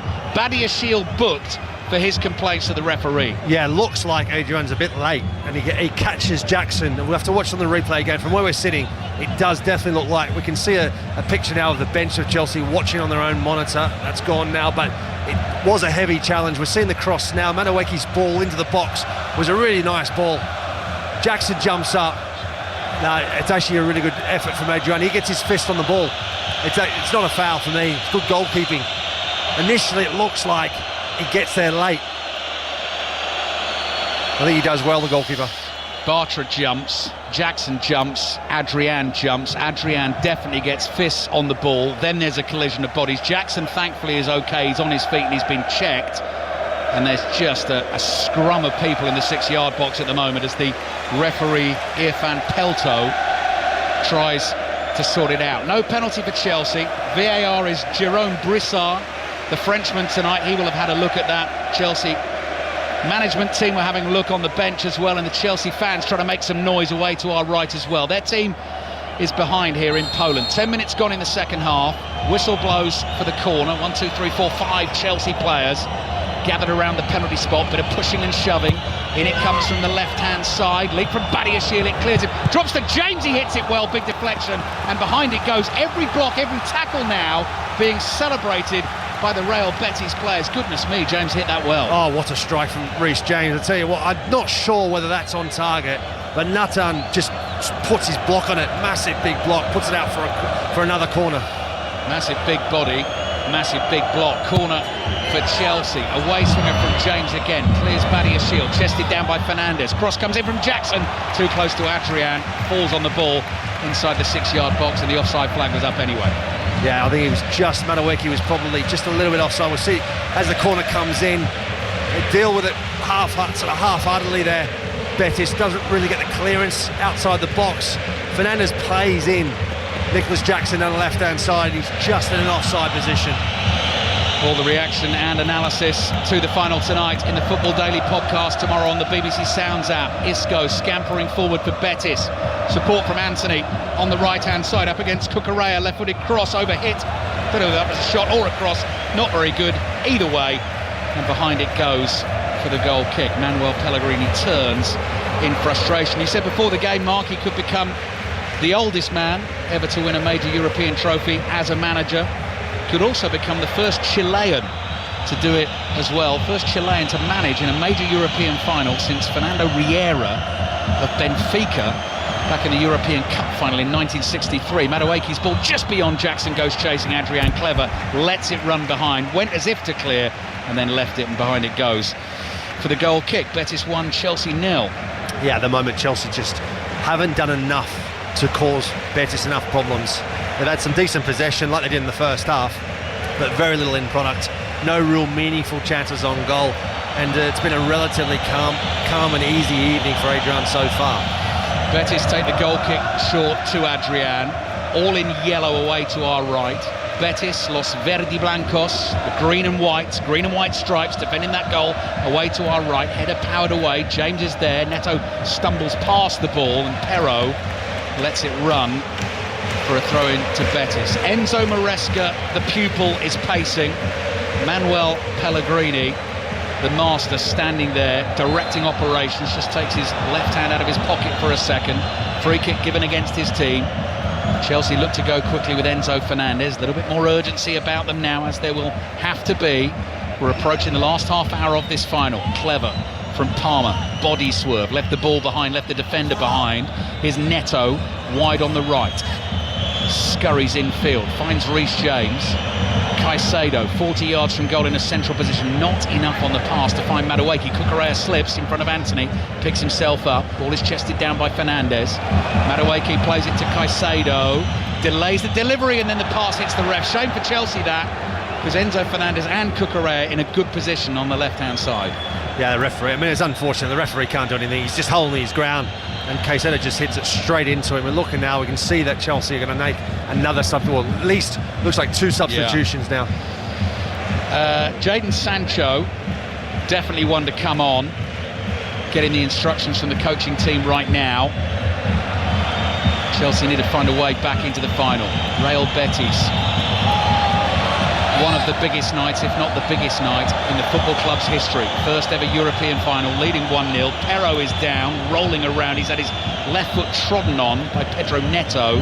And belatedly, the assistant referee has raised his flag and given the free kick to Betis. So the other change is Levi Colwill, I can see, is out there for Chelsea, getting ready to come on. The man who scored the crucial goal on Sunday at the City Ground. Let's not forget, of course, Chelsea will be playing Champions League football next season, having finished 4th in the Premier League at the end of this campaign. Only found out today, only realised today, that had they won this competition, they actually get the choice of whether they want to play in the Champions League or the Europa League next season. They would obviously choose the Champions League, that choice in place for other clubs, unlike Chelsea, who may not be guaranteed a place in the group stages, the league phase immediately the Champions League, potentially might want to guarantee that in the Europa League by winning this competition. Betis, by the way, finished 6th in La Liga. They will play in the Europa League next season. So double change coming for Chelsea. Cucurella's whacked the ball out of play. He was looking for a pass down the left-hand side. Neto comes off for Sancho, quickly off the field. Those two exchange a greeting, and Benoit Badiashile, who started this final, is off, and Levi Colwill comes on. So 3 subs on for Chelsea. Still, they trail Real Betis by 1-0. The Moroccan international Abde with that goal in the 9th minute of this game. Fornal's ball forward, flicked header from Anthony. Sabali charges onto it, gets a good touch on the ball. Skills, cross in from the right, nearly ran to Isco. Chelsea get bodies in the way. Caicedo spins and clears up towards the halfway line. Here's Cardoso, back into his own half for Nathan. Nathan plays back to Adrian. Jackson tries to hurry him and does that well, and then the ball hits Madueke's arm, controlled it with his left foot. He was in a rush, didn't control it properly, bounced up, and then the free kick goes to Real Betis. Mark Schwartz. I tell you what, it was a half a chance there for Betis. I think it was Bakambu who runs into the box and he just slightly trips over the ball, steps on the ball, falls over it. Otherwise, there's a genuine chance for Betis to get a shot on goal in a really dangerous position, probably about 10-12 yards out from goal. James's header away, defensive header for Chelsea. Isco fouling Caicedo, shrugs him off, tries to foul him again. Caicedo's unperturbed. Fernandes curling past down the middle. Bartra's got the run from Jackson covered. Adrian comes flying out of his box, clears. Whole mess of arms and legs there. Caught his own man Bartra. It goes out for a throw into Chelsea in the right back position. Constant rhythmic drumbeat you can hear from the Betis fans away to our left-hand side. Swathed in the green and white, hoping for the biggest party of all in Poland tonight. Their 3rd visit, actually, to the country in this competition this season. Madueke gets the ball for Chelsea on the right. Palmer making a run ahead. Madueke can't find him. Chance for Betis to get this away. Fornals is careful with his pass to Isco. What's Isco got here? Little ball round the corner with his right foot. Fornals runs into trouble. Fernandes gets onto it for Chelsea. Thinks about going left, holds onto it. Finds James, quick 1-2 at short range between those two. Caicedo whips it out to Cucurella, quickly on to Sancho, his first touch of the evening. Dancing feet, beats one man, Anthony. Couldn't get past Sabali. Sabali waits for Sancho to come in with the challenge, beats him, plays it back to Cardoso, who clears downfield, headed away by Colwill, and it falls to the feet of Trevor Chalobah. 5 Live, BBC Sounds, BBC Radio London, in Wrocław in Poland. Betis 1, Chelsea 0. Madueke's run out of ideas. They just run straight into Roman Perro. Goes down, tries to buy a free kick, doesn't get it. Betis clear, throwing for Chelsea on the right. Yeah, I mean, I don't know what he's thinking, because he just runs straight into him. It's like, it's not even a... I mean, Madueke, he tries a couple of step overs a game, but just keeps going straight, right into the defender. It's clearly not a foul and gives away possession. It's just fortunate the clearance goes out and Chelsea get a throw in the game. 18 minutes gone, second half. Chelsea getting ever more desperate here, trailing 1-0. Started this season as big favourites for this competition. Sancho, corner of the penalty area. Green and white shirts in front of him. Little ball to Palmer. Palmer back to Sancho. The pass was meant for Fernandes. It eventually gets there. Sancho again, corner of the box. Finds a little channel. Here's Palmer on the ball inside the area. Gets away from him. Cleared away by Jesus Rodriguez. Cucurella sprints back, passes back first time to Jorgensen, and Chelsea will build from inside their own half. Cole Palmer's not been able to have the impact on this game that he would have wanted, that Isco is having for Real Betis, Mark. Yeah, they haven't really been involved, have they? I find that they don't play really as a unit up front at the moment. A lot of the times it's an individual play. It's a little bit better now since Jadon Sancho's come on. Certainly there's been better unity up front and more urgency. Oh, Palmer's ball looks good, headed down, Chelsea are level. Enzo Fernandes pops up at just the right time. We said Cole Palmer had been quiet, but it's a fabulous ball in behind the Betis defence. Enzo Fernandez has scored some big goals this season, but none bigger than that. They are level in the final. It's Real Betis 1, Chelsea 1. Absolutely brilliant ball from Cole Palmer. Perfectly weighted over the defender's head, diagonally into the box, and it's Enzo Fernandez. We've seen him do it a couple of times this season. Gets on the end of it, the deftest of touches into the corner. Adrian, no chance whatsoever. It's exactly what Chelsea needed. 8th goal of the season, only a second in this competition. Didn't need much of a touch on it, just needed to guide it beyond the goalkeeper Adrian. Milking the celebration for all it is worth. Takes off the captain's armband and shows it to the Chelsea fans over there. This is a final that Chelsea definitely care about. Clever header from Fernandez, brilliant ball from Palmer. It's 1-1. I think it's the first time Cole Palmer's knocked a ball from open play into the box, across into the box like that, on that angle. It's a fantastic ball. It's so difficult to defend against. And tell you what, Enzo Fernandez, fantastic run onto it. Like I said, the slightest of touches, and it's in the back of the net. Really good finish, really good play from Chelsea.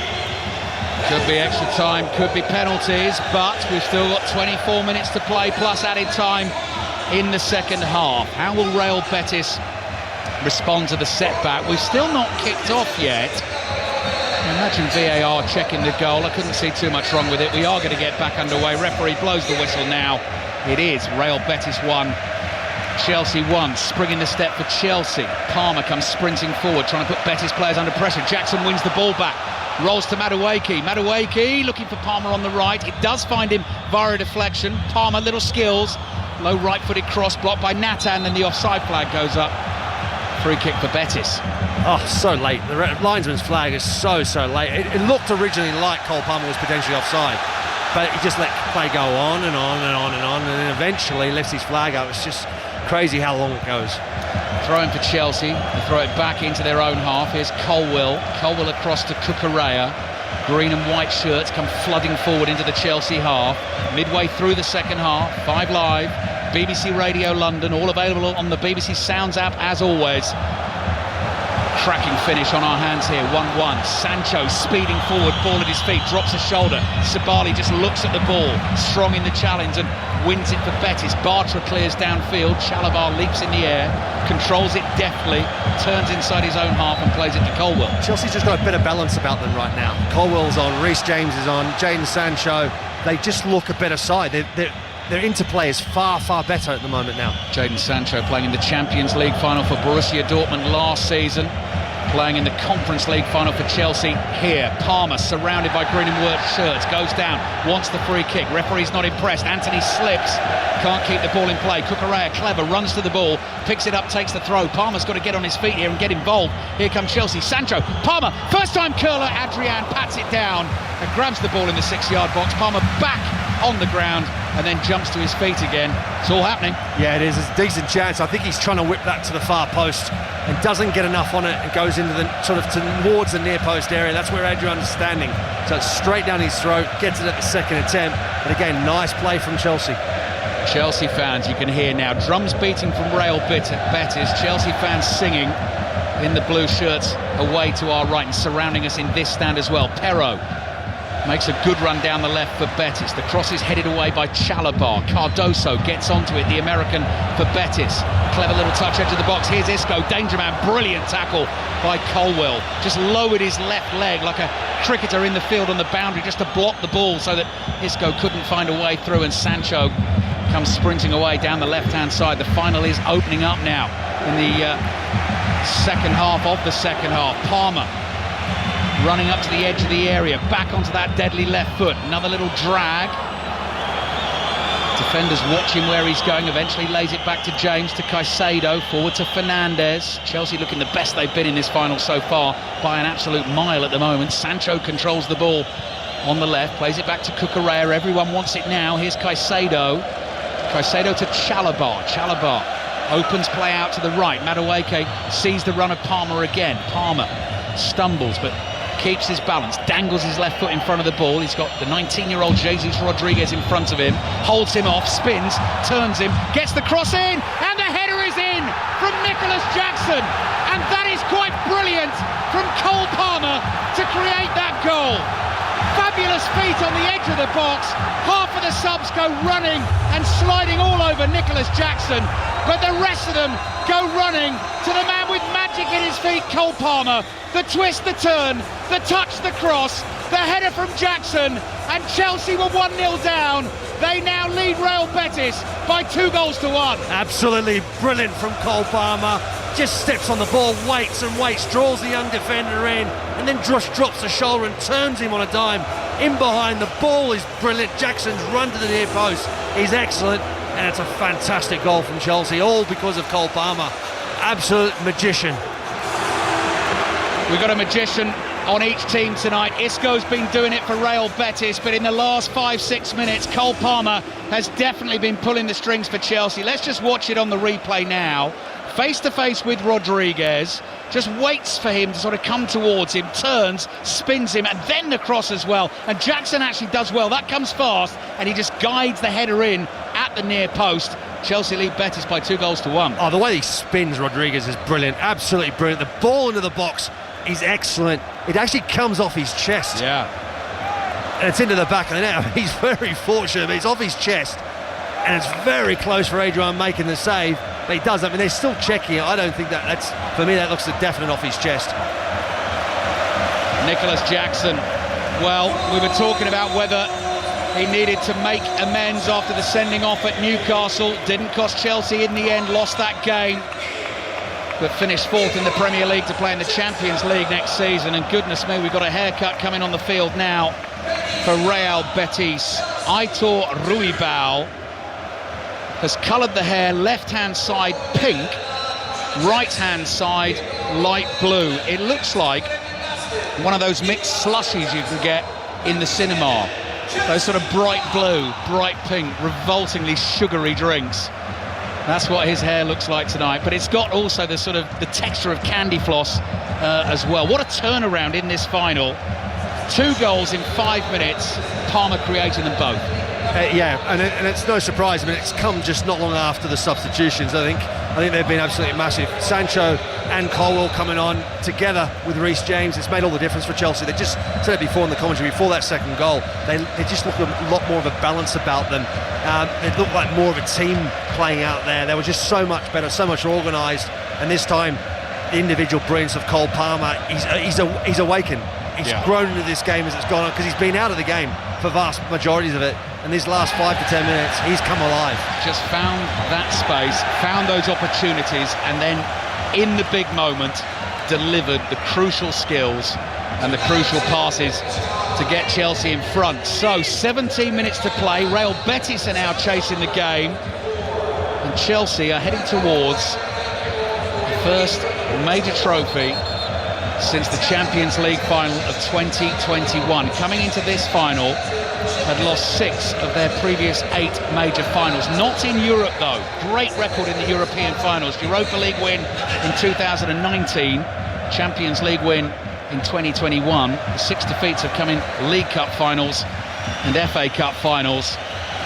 And it could be a glorious end to the season here for Enzo Maresca and this young Chelsea squad. Into the Champions League next season, and maybe about to add another trophy to the cabinet at Stamford Bridge as well, and become the first team to win all 4 of UEFA's major knockout competitions in men's football. Madueke is looking to thread one through to Nicholas Jackson. Here's Jesus Rodriguez, the 19-year-old. Space opening up for Real Betis. Fornals on the ball. Anthony starts to make the run. Cucurella has dealt well with him so far tonight, and Cucurella does so again. Anthony runs just beyond the ball. Chelsea have won it. Cucurella plays down the left. Caicedo, that is a poor pass, has given it away. And Isco's got in space on the left-hand side. That is not what you want as a Chelsea fan. Backheel pass looking for Rodriguez. James saw it, has it covered. Has the ball for Chelsea, down by the byline, hits the clearance into Rodriguez, and it's out for a Chelsea throw. Yeah, good play again from Chelsea. Well hustled, well defended. Some really nice little bit of play there. Obviously, Caicedo gives away a really sloppy pass. That's what creates this little bit of a sort of a half opportunity, a dominance of play from Betis. But then Reece James gets across really well, doesn't dive in. It's just about positional play, keeps his head, keeps his calmness, and that's what they've missed. They didn't have that in the first half, Chelsea. They've got that now in the second half so far. For the first time tonight, the very first time tonight, that is Chelsea singing that dominates this stadium. Palmer forward to Jackson, laid off to Madueke. Blue shirts pouring forward. Sancho in loads of space on the left-hand side. If they can see him, Madueke can't. He tries to play it down the right. It might still happen, though, because he's found Cole Palmer. Palmer prods it back to Caicedo. Here's Colwill. Cross to Chalobah. Third goal, you think, would definitely kill it. Chalobah's pass intercepted by Jesus Rodriguez and goes out for a throw into Chelsea. 15 minutes remaining. Champions League final to come on Saturday, live from Munich. John Murray and Chris Sutton with the commentary of Inter Milan against Paris Saint-Germain. And we're at Wembley on Friday night as well for England's women against Portugal in the UEFA Nations League. Shouldn't forget as well, Mark, it's not going to be that long until Chelsea are playing Cup football again. FIFA Club World Cup in the USA this summer. First game in Atlanta on the 16th of June against Los Angeles FC or Club America. It never stops.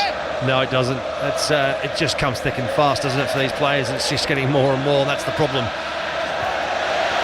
Throw in for Betis, comes back to Cardoso.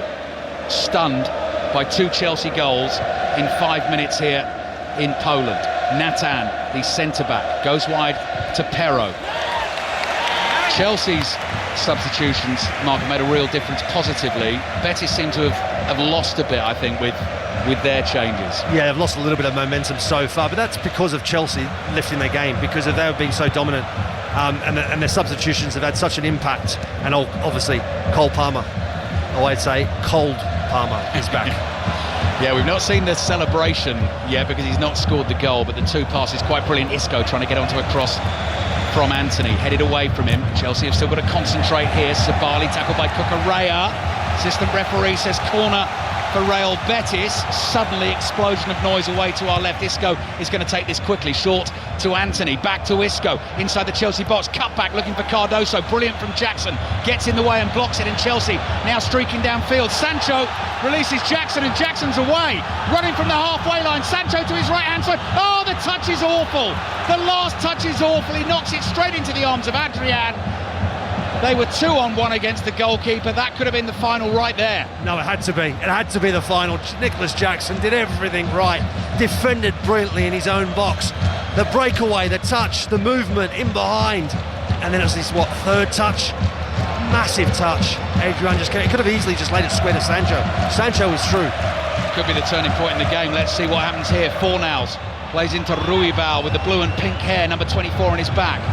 Jackson is down, hurt, just outside the Real Betis penalty area. Betis attacking, though, away to our left. Chelsea leading 2-1. Anthony trying to make space for a shot. Scuffs it into the box. Palmer clears it. Chelsea will want to get this ball out of play. It bounces inside the Chelsea half. Natan wins the header. It goes beyond Perro and runs to Jesus Rodriguez. I think Jackson's game is over. He may well have scored the winner in the UEFA Conference League final. Palmer tackles Isco. Referee then blows his whistle. Is going to book Palmer for booting the ball away after the whistle had gone. No, he's booking Palmer for giving the referee an earful. Right. Because he's claiming that Jackson was down with a head injury. The referee knew he wasn't down with a head injury. Palmer was yelling at the referee, and he finally wins the ball back and he boots it out in frustration, but it's going out because he wants to stop the play, and that's when the referee gives him a yellow card. Possible hamstring injury for Nicholas Jackson here. Very much played his part in this second half, heading in from the Palmer cross for the second goal. And Mark here is pointing at the name of Kiernan Dewsbury Hall, who may be about to come on for Chelsea, which is great for him because he's played such a massive part in the UEFA Conference campaign for Chelsea this season. And Jackson, actually, it came from that very last clumsy touch, just watching the slow motion replay as he's racing through on goal there with Sancho on his right hand side. That last touch of the ball is so heavy. He's on his feet, he's not pulled his hamstring there, but he is not walking freely. The referee is walking him off the field behind the goal away to our right, which he will enjoy because all the Chelsea fans are there ready to laud him for the goal he scored this evening. Chelsea wait to make the change, but we're looking at the moment Enzo Maresca talking to Cole Palmer. I mean, by his very high standards, Mark, he has had a relatively quiet second half to the season, but with players like Palmer on occasions like this, it's basically taken him 5 minutes to completely turn the game on its head. It has, yeah, and that's the quality that you have in a player like that, and that's what can happen. And the question is, you know, for how long does it go on where it doesn't happen? And tonight, certainly in this second half, he's been instrumental in this turnaround of the game. Obviously, there's still time to go. This is not done with as yet, but the impact that Cole Palmer has had has been huge. It's Mark Schwarzer with us here in Poland. You're listening to it on BBC Radio 5 Live, possibly BBC Radio London tonight. Thank you for your company. Always available on the BBC Sounds app if you're on the move. That is where you'll find all the reaction and analysis as well on the Football Daily podcast, the 72 plus podcast up on the Football Daily feed at the moment as well, with the end of season review from all the EFL football. Latest Fantasy 606 podcast season wrap up is there. We'll be recording the penultimate Commentators View podcast of the season on Friday as well, and our experiences in Poland here the last couple of days are bound to feature. Tottenham have won the Europa League. Chelsea are heading towards the Europa Conference League here, and Betis with Ruibal, who goes down 10 yards outside the Chelsea penalty area looking for a free kick that they're never going to get, and now Jorgensen has the ball at his feet and eventually picks it up as Ruibal approaches. Well, it looks like he's come on to try and just disrupt Chelsea, hasn't he, Ruibal? I mean, he's run into Colwell there as he gets up, and the referee's not giving a foul. He's complaining to the referee, gets up, and as he's complaining to the referee, he's still moving towards Jorgensen in the goal, and he runs into Colwell in the back of him. Another test for this young Chelsea team. About 10 minutes to go in a big final here. They've turned it around, they're leading 2-1. Can they see it out under pressure? Can they go on and score this third goal? They should have won it by now, actually, had it not been for the Jackson heavy touch. They're on the attack again. Jadon Sancho coming in from the left-hand side, just short of the penalty area, lays it off to Fernandes. Fernandes back to Caicedo. Caicedo in the middle of the Betis half, doesn't see an option, being chased hard here by Isco, and then thumps the ball back into his own half. Curling pass to the goalkeeper Jorgensen. He slips as he clears. That's going to be easily controlled on the chest by Nathan. Nathan inside his own half for Betis, keeping an eye on the stopwatch all the time. 8 minutes plus added time remaining. Chelsea heading towards a 7th major European trophy. 2 in the Champions League, 1 UEFA Cup, 1 Europa League, and 2 Cup Winners' Cups as well. This, the Conference League final. Dewsbury Hall suddenly has space opening up in front of him. Still going for Chelsea. Left-footed pass, looking for Sancho. Ball finds him. Sancho inside the area, right-footed. Oh, finish! What a goal! That's going to win it for Chelsea. What a way to do it! Jadon Sancho rips off his shirt, worked the ball onto his right foot and curls it sweetly into the top corner. Real Betis don't know what's hit them in this second half. Chelsea's young guns have hit them. It's Real Betis 1, Chelsea 3. Absolute brilliant goal from Jadon Sancho. Dewsbury Hall's ball to him. He's a little bit close to the defender, but gets away through. Jadon Sancho just steadies himself, takes a couple of touches, steps over the ball, then just picks a spot in that top far right-hand corner and curls it into it. What a brilliant finish, and what a moment to score such a brilliant goal. Jadon Sancho on loan from Manchester United for Chelsea in a European final. All the subs still out there celebrating. Created by Kiernan Dewsbury Hall, ran the ball forward, got a little bit lucky with the pass, but Sancho said thank you very much, I'll do the rest. Perfect placement of the right-footed shot, and the Chelsea subs eventually making their way back across the field and back into the dugout very soon. Those players will be celebrating another European trophy. Such a brilliant finish from Jadon Sancho. Magnificent. Into that, it's actually the side netting, the far post. It's such a great strike. Goalkeeper no chance. It goes around the defender, clips the slightest of touch of the defender into the side netting, top left-hand corner. Brilliant. Or top right-hand corner from where we're seeing. Absolutely brilliant from Jadon Sancho. Before tonight, you had to go back to 2001 for the last time that an English team, an English men's team, beat a Spanish team in a major European final. That was Liverpool against Alaves in the UEFA Cup 2001. Chelsea are going to break that hoodoo tonight. Last 9 finals have been won by Spanish teams, but Chelsea have turned this around in the second half.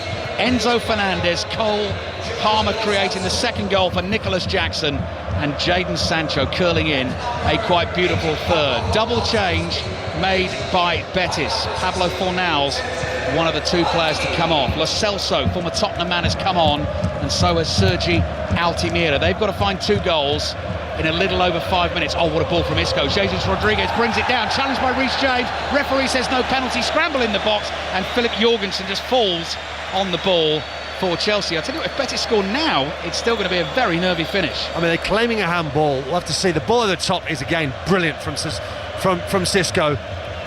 They're claiming a handball. I don't think that's not a handball for me. No, there's no handball there. We'll see it again on this angle.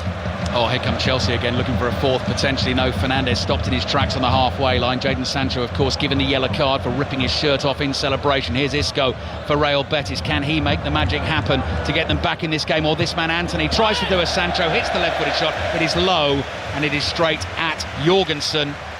And Anthony and Ruibal, the two Betis teammates, exchange words after that doesn't come off. They're looking a beaten team at the moment.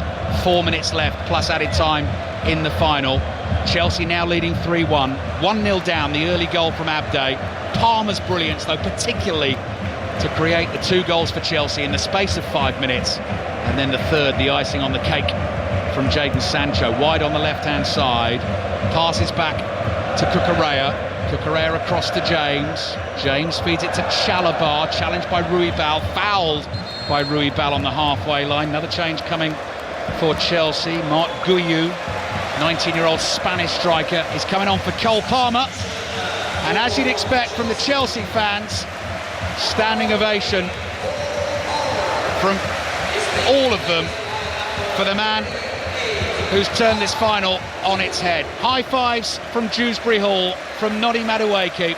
Everyone recognises the talent, and Palmer slowly makes his way from the field, knowing his job is done tonight. Real Betis 1, Chelsea 3, 3 minutes plus added time remaining. Enzo Maresca wraps him up, puts his right arm around his shoulder, and I imagine says thank you very much indeed. The ball is back with Jorgensen, the Chelsea keeper. High clearance away to the left, controlled by Enzo Fernandez. Fernandez and Caicedo play the 1-2. Anthony comes chasing back, slides in, catches Fernandez. You heard the howl of pain from Fernandez. Sancho stops the game so that his teammate can receive treatment.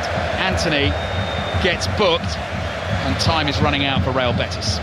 Yeah, it's definitely a foul. And obviously, Fernandez goes down. Anthony's a frustration there. It's a dive out. I think the follow through he gets him, but there's nothing bad on it. Anthony now is remonstrating with Fernandez. I'll tell you what, he'll be very lucky if he doesn't get sent off here, Anthony. Yeah, he's losing his head, Anthony. I mean, he's been very poor tonight.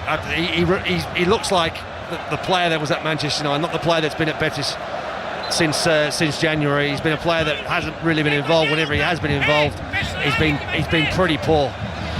Words exchanged between Anthony and Enzo Fernandez on the floor. A couple of Chelsea players stepped in to try and break it up. Fernandez reacted angrily. Anthony is still losing his cool here, surrounded by the likes of Jadon Sancho, Reece James, Marc Cucurella. Caicedo comes in to calm it down as well.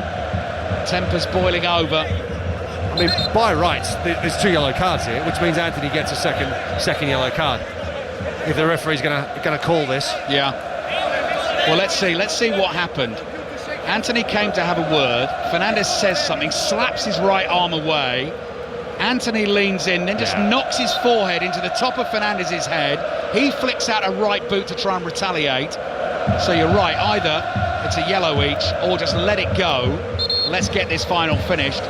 He's just completely let it go, hasn't he, the referee? Let it go. I mean, they're still at it, and the referee's just allowing it to happen. 90th minute of the game. Betis fans, some of them still singing their hearts out, still beating the drums. Incredible run to the final for them, but it is not going to be, in their first major European final, not going to be for Manuel Pellegrini. He saw his team go 1-0 up early in the game, have chances as well to get further ahead in the first half, undone by Chelsea. Started this season as favourites for the competition, and in this second half have eventually gone on to prove that. Madueke back to Chalobah, quick clearance away, laid off by Guiu towards Madueke. Couldn't quite get that ball down. Nathan Rodriguez lets it go, runs to Perro, challenge from Madueke. It's out for a Betis throw. They're really speeding through everything at the moment. We are about to see how much added time we've got at the end of this final. How far are we away from Chelsea winning the UEFA Conference League 7th major European trophy? Ball controlled by Perro on the left, gets the cross in. Header attempted by Ruibal, didn't get a touch on it. Cucurella's clearance is blocked. Lo Celso on the ball inside the Chelsea area, looking for Sabali on the right-hand side. Cucurella speeds in, clearance hits Sabali, runs to Sancho on the left. 5 minutes of added time. Real Betis need 2 goals in 5 minutes. Chelsea need to see it out. Tell you what, they might fancy a fourth here. Enzo Fernandez, he'd love to score it. Edge of the penalty area, back to Caicedo. One touch, deflected shot, finds the bottom corner. Enzo Maresca leaps in the air in delight. The Chelsea subs come flooding onto the field again. And Chelsea celebrate a whopping win in the Conference League final. 1-0 down early on. They've scored 4 in the second half. Moises Caicedo with the 4th. It's a Chelsea party in Poland. Real Betis 1, Chelsea 4. Yeah, it was always a brilliant finish in the end. We looked a bit fortunate with a deflection, but the strike of the ball is excellent. The movement down the left-hand side from Chelsea is really good. Of course, Betis had players push forward. They were down on numbers, but Chelsea exploited them. I tell you what, Nicholas Jackson made a run across that pitch. You would not believe it. He came off limping. There wasn't a limp in sight. He sprinted across the pitch. Mark Schwarzer watching the Chelsea celebrations inside the stadium, celebrations of the players, the coaching staff, the fans, lots of whom, I mean, just judging by some of the social media posts I said tonight, you know, just sort of posting, Mark, we were here, and advertising the commentary. Lots of Chelsea fans getting back in touch. Competition sort of beneath us. Who cares? Not a proper European competition. It's a trophy. Oh, it is. Of course it is. And it's a trophy for this group of players that have won nothing so far for Chelsea Football Club. So they've qualified for the Champions League, which is great. Now this is their first step. Winning this trophy I think is massive. You can see that team. You can see what it means to them. How important this is to win it, and obviously for the fans in the stadium, and of course all the fans back in England that are Chelsea fans. They'd be absolutely delighted with this. Isco, brilliant in the first half for Real Betis. Certainly feel sorry for him. All his teammates, all the Betis fans as well, been torn apart in the end in this second half by Chelsea. The ball now at the feet of Levi Colwill. 2.5 minutes to play. 2.5 minutes away from a first Chelsea trophy in 4 years, and completing the set. The only club so far to complete the set. The 4 major UEFA club competitions. This, of course, only the 4th edition of the Conference League. Chelsea subs dancing around on the side of the pitch, waiting to run onto the field again in celebration. Caicedo to James, looking for Dewsbury Hall. The pass is beyond him. Here comes Mark Bartra, charging forward for Betis. Lines up the shot, hits it well, but wide of the target. Goes whipping behind for the goal kick to Chelsea, who lead Real Betis by 4 goals to 1. Yeah, a long way over the top there. It was obviously a hit and hope for Betis. I mean, the game's done. They've got no chance. 3 goals in these last couple of minutes. I don't see it happening. Chelsea are going to see this out, and in the end, second half performance has been absolutely brilliant from them. And they've first half was one that I want to forget about, but second half they've shown up, and obviously all started by Cole Palmer. You can see close-ups of Betis fans in tears. One woman with a green and white Santa hat on, but eyes streaming with tears. The dream very much alive at half-time. Chelsea have crushed it in the second half. A minute until the celebrations can really begin, and then maybe looking at another trophy this summer in the Club World Cup. Madueke still working hard for the team, comes running back to win a tackle, bodies everywhere. Referee gives the free kick to Chelsea. Perro then hits the ball after the whistle had blown, apologises quickly. It smashes into the back of Chalobah. I don't think that was deliberate. He might have been whacking it away in frustration. He didn't aim that at Chalobah, and luckily the Chelsea players have stepped in just to try and calm that situation down. Yeah, it's one of those ones, isn't it? I mean, he hears the whistle go. There's no doubt about it at all. And it's just a lash of the ball in frustration, and it just smashes right into Trevor Chalobah. Could have easily have knocked him over. Fortunately enough, I think he just turned out of the way in time. Chelsea players all gathered, already spraying each other with the water bottles. The substitutes, the players who played their part, ready to come on, like Nicholas Jackson, Cole Palmer as well, so instrumental in this win. They're looking to soak Enzo Maresca as well, and he's like a school teacher telling the naughty pupils to calm down as the full-time whistle blows in Poland, and the Chelsea subs come racing onto the field to celebrate. They surround the likes of Mark Cucurella, soak him with the water bottles. I'm looking for Cole Palmer as well, the man who made the real difference. He's last onto the field, strolls on as cool as you like. None of those celebrations are for him, but he made the real difference in this second half. Chelsea 1-0 down at half-time, turned it around initially with 2 goals in 5 minutes, both created by the brilliance of Palmer. The first, the header from Enzo Fernandez, then the real genius from Palmer, the twist and the turn, and the cross to find Nicholas Jackson. The last 2 came from Jadon Sancho, a sumptuous curler, and Moises Caicedo at the end. And Chelsea's season ends in glory, ends with silverware, a first major trophy in 4 years, a 7th major European trophy, and incredibly 7 out of 8 wins in major European finals. When it comes to big games like this, they get the job done. They've beaten Real Betis by 4 goals to 1. Mark Schwarzer. Yeah, no, it's thoroughly deserved. I think first 45 minutes was one to forget for them. A lot of possession, too many mistakes. Betis were good for their 1-0 lead at half-time. Isco was brilliant. And then it looked like there was a chance that just wasn't going to get any better for Chelsea. The clear decision at half-time to make bring on Reece James, take off Malo Gusto, paid dividends, brought more stability, more calmness to the side, experience. The game changed. And then, of course, Cole Palmer came to life, and that made a big difference as well. He played his part, and he was instrumental in those first 2 goals. And in the end, Chelsea ran away with it. Could have won more comfortably as well. Nicholas Jackson threw, big touch. Other than that, Chelsea thoroughly deserved to win this. Chelsea have completed the set, an historic achievement tonight. Whatever the Chelsea fans, whatever anyone thinks about the UEFA Conference League, they've won the Champions League, they've won the Europa League, they've won the Cup Winners' Cup, and now tonight, in Poland quite convincingly, they have won the UEFA Conference League. They have beaten Real Betis by 4 goals to 1. Much more reaction to come on 5 Live to Chelsea's victory in the final of the Conference League. Tony Livesey's taking over at 10:30. He'll be speaking to Chelsea fans tonight after 11 o'clock. So Chelsea have won the Conference League, 4-1 victors over Real Betis in the final. Enzo Fernandez, Nicholas Jackson, Jadon Sancho, Moises Caicedo, Cole Palmer with a couple of brilliant assists. We've got Ali Bruce Ball and Mark Schwarzer inside the stadium. Pat Nevin with us as well. Trophy lift on the way. And just looking down at the pitch, Ali, the first thing I saw actually, Real Betis players in tears. Yeah, distraught. I mean, the support in this stadium for them tonight, and actually the interaction now, this is brilliant, Steve, from their fans who are just applauding and lauding their team for their efforts tonight. The dream was on at half-time, played really well in that first half, and Chelsea was slightly out of sorts.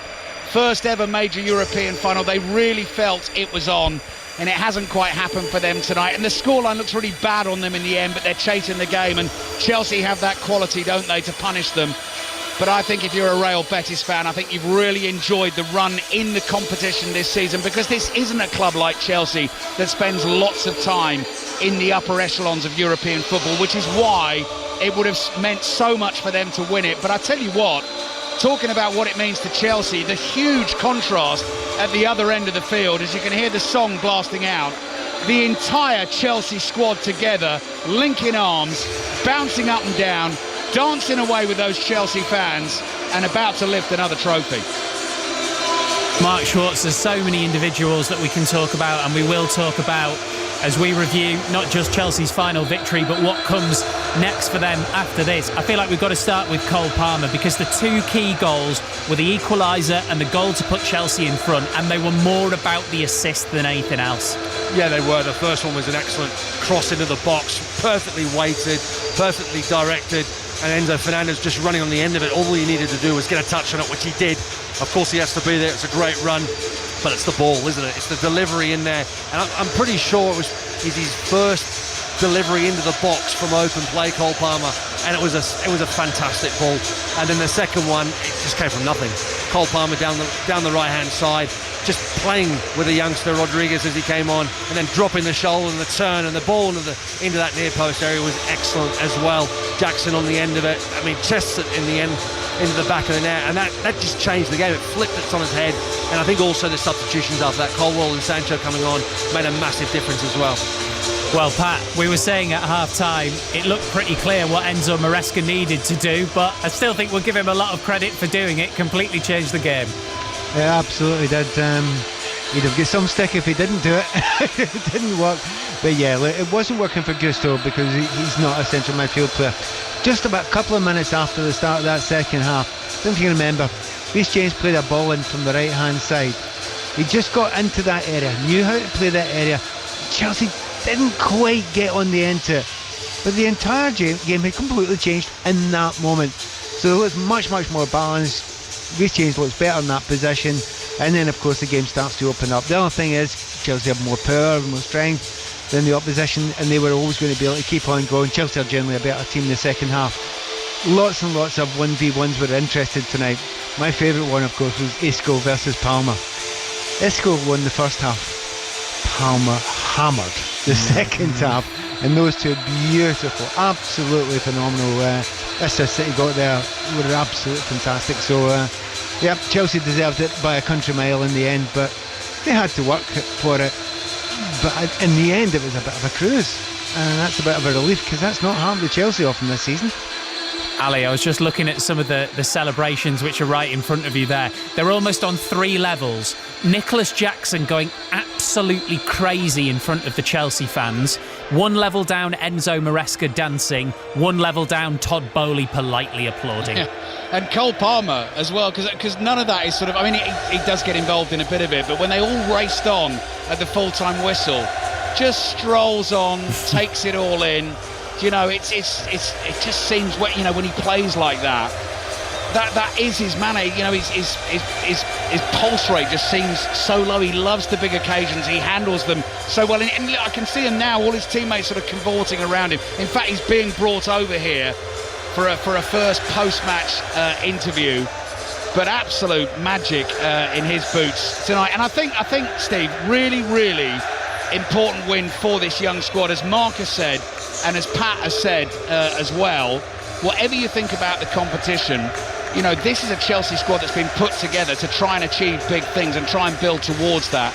And that's why, having started the competition as big favourites, quite rightly so, they've hammered some teams on their way here, but they've got the job done in the final. He's getting the man of the match award, isn't he, Mark? Cole Palmer. Yes, he is, yeah. I said it in the match commentary.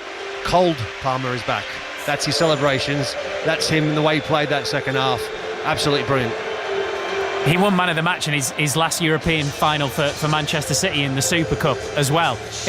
I mean, I know it's an easy thing to say, Mark. He is a man for the big occasion. That's just how it is. Yeah, he has been. He's delivered, and that's the difference, isn't it? I mean, Chelsea have had those players in the past. I mean, I'm not trying to compare him with Didier Drogba, for example, who would score every time on those big occasions. But this is kind of moving along those lines. Someone like Cole Palmer, they need someone to take over, someone to take the reins, someone to direct this team, this group of young players. Cole Palmer's obviously a young player as well, but he's got an incredible amount of maturity and the ability to deal with the big, you know, I suppose, stadiums, the big occasions, and that's what he's done tonight once again. He's led this side and he's dictated that second half, totally controlled it. Pat? Yeah, I mean, I love watching him back in the same way as Manchester City. I thought Chelsea won a watch when they got him, and then amazed at this little period where he had a fade, you know, and he was disappearing out of games, and the confidence that he shows seemed to evade him, which is stunning to see because it must be in there somewhere. But just recently, you begin to see bits of it really coming back. And if you look at his numbers at the end of the season, they're not bad for assists either as well. You're right, it's big occasion and big moments. And although the first goal that he made for Enzo was a beautiful piece of work, and they do work on it. Enzo Fernandez coming from deep, breaking the line there, and he'll always find the pass because he is brilliant at that sort of thing in a De Bruyne sort of way. However, I thought I'm slightly biased towards the second assist, being the jinky winger skills down the right hand side, the way he done it there. And Mark's spot on. He toyed with the lad that was trying to mark him. He knew he was going to go by him all along. It was all about getting the ball into the area, and it was such a good ball that he didn't even need to head it. It goes to Jackson and it just comes off his chest and goes in the goal. No, a brilliant moment there. Chelsea just gets stronger and stronger, and that's maybe a metaphor for what's going to happen with these young players. I'm looking at a lot of them, and a lot of them are improving. Enzo's improving, Caicedo's improving. Certainly Palmer can improve a lot. Jackson, we talked about before. I think my last words before we went to the commentary to start, he could be the man tonight. Well, he scored the goal that got them 2-1, but I think we'll all agree that Palmer was actually the man who did it in the end. But you can see it's beginning to happen for a group of those Chelsea players. I don't think it's a finished article yet, but you can see the direction. I also think there's a balance. The balance of the team wasn't right until Reece James came on, Colwell came on, and then Jadon Sancho. There was a better balance, and I also think Cole Palmer then changed the way he played a bit. He actually was looking for those runs. I think Fernandes had an opportunity to run into the box, which he did. I think it's the different balance of the side when that happened. Madueke came on the right-hand side. I thought Neto wasn't really in the game tonight, really struggled to make an impact. I thought they were too individual at times. But when those substitutions were made, they actually played far better as a unit. And that made all the difference in the second half. The second assist that Pat is waxing lyrical about, there was an absolute joy to watch in the stadium tonight, that sort of toying with the 19-year-old Rodriguez. It reminded me a little bit. Do you remember Messi creating that goal in the World Cup semi-final against Croatia? When I think he schooled Gvardiol, but from deeper, didn't he? Down, sort of twisted and turned him, and then created that brilliant goal for Argentina. It was just like that. It was just like, I am taking control of this, and there's absolutely nothing you can do about it. And what I'm really hoping, Steve, is that the shirt swap that happens tonight is Palmer and Isco, because I think both of those would look at those shirts and remember that final and think, yeah, he did all right. Do you know what, Pat? I think now is the time for a mention for Moises Caicedo. And I'll tell you why. He is Chelsea's player of the season, right? And Cole Palmer is the reason probably they've won this final tonight. But also they've needed players like Caicedo to be 8 out of 10 every week. For him to get the goal and make that his third goal in his 103rd game for Chelsea, that felt quite right, I think. Yeah, deserving of it as well. It's strange with Caicedo because they stuck him at right back a couple of times, and honestly it was awful. It just wasn't working at all. But he was desperate. You could see how angry he was. He was kicking everything that moved. Now he does like a wee kick and a wee nip now and again, but his energy levels, they do remind you of an N'Golo Kante. Different type of player, but the energy levels are fantastic. And when you see his goal, have a look at it again. It's actually him that makes the break. He gets away. He passes it out wide, but he doesn't sit. Yeah, he's a deeper lying midfielder, but he's not sitting at that point in time.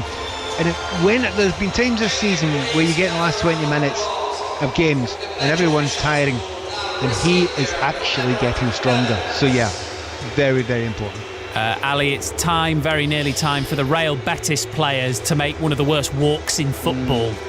Yeah, it is. They're still gathered around the edge of the penalty area away to our left in front of their brilliant fans. In fact, some of those fans have now made their way out of the stadium. They can't bear to watch this bit. The Chelsea players, credit to them, have made this tunnel lined up facing each other, creating a tunnel to applaud the Real Betis players through. Tempers did flare towards the end of the game. It was a keenly contested final.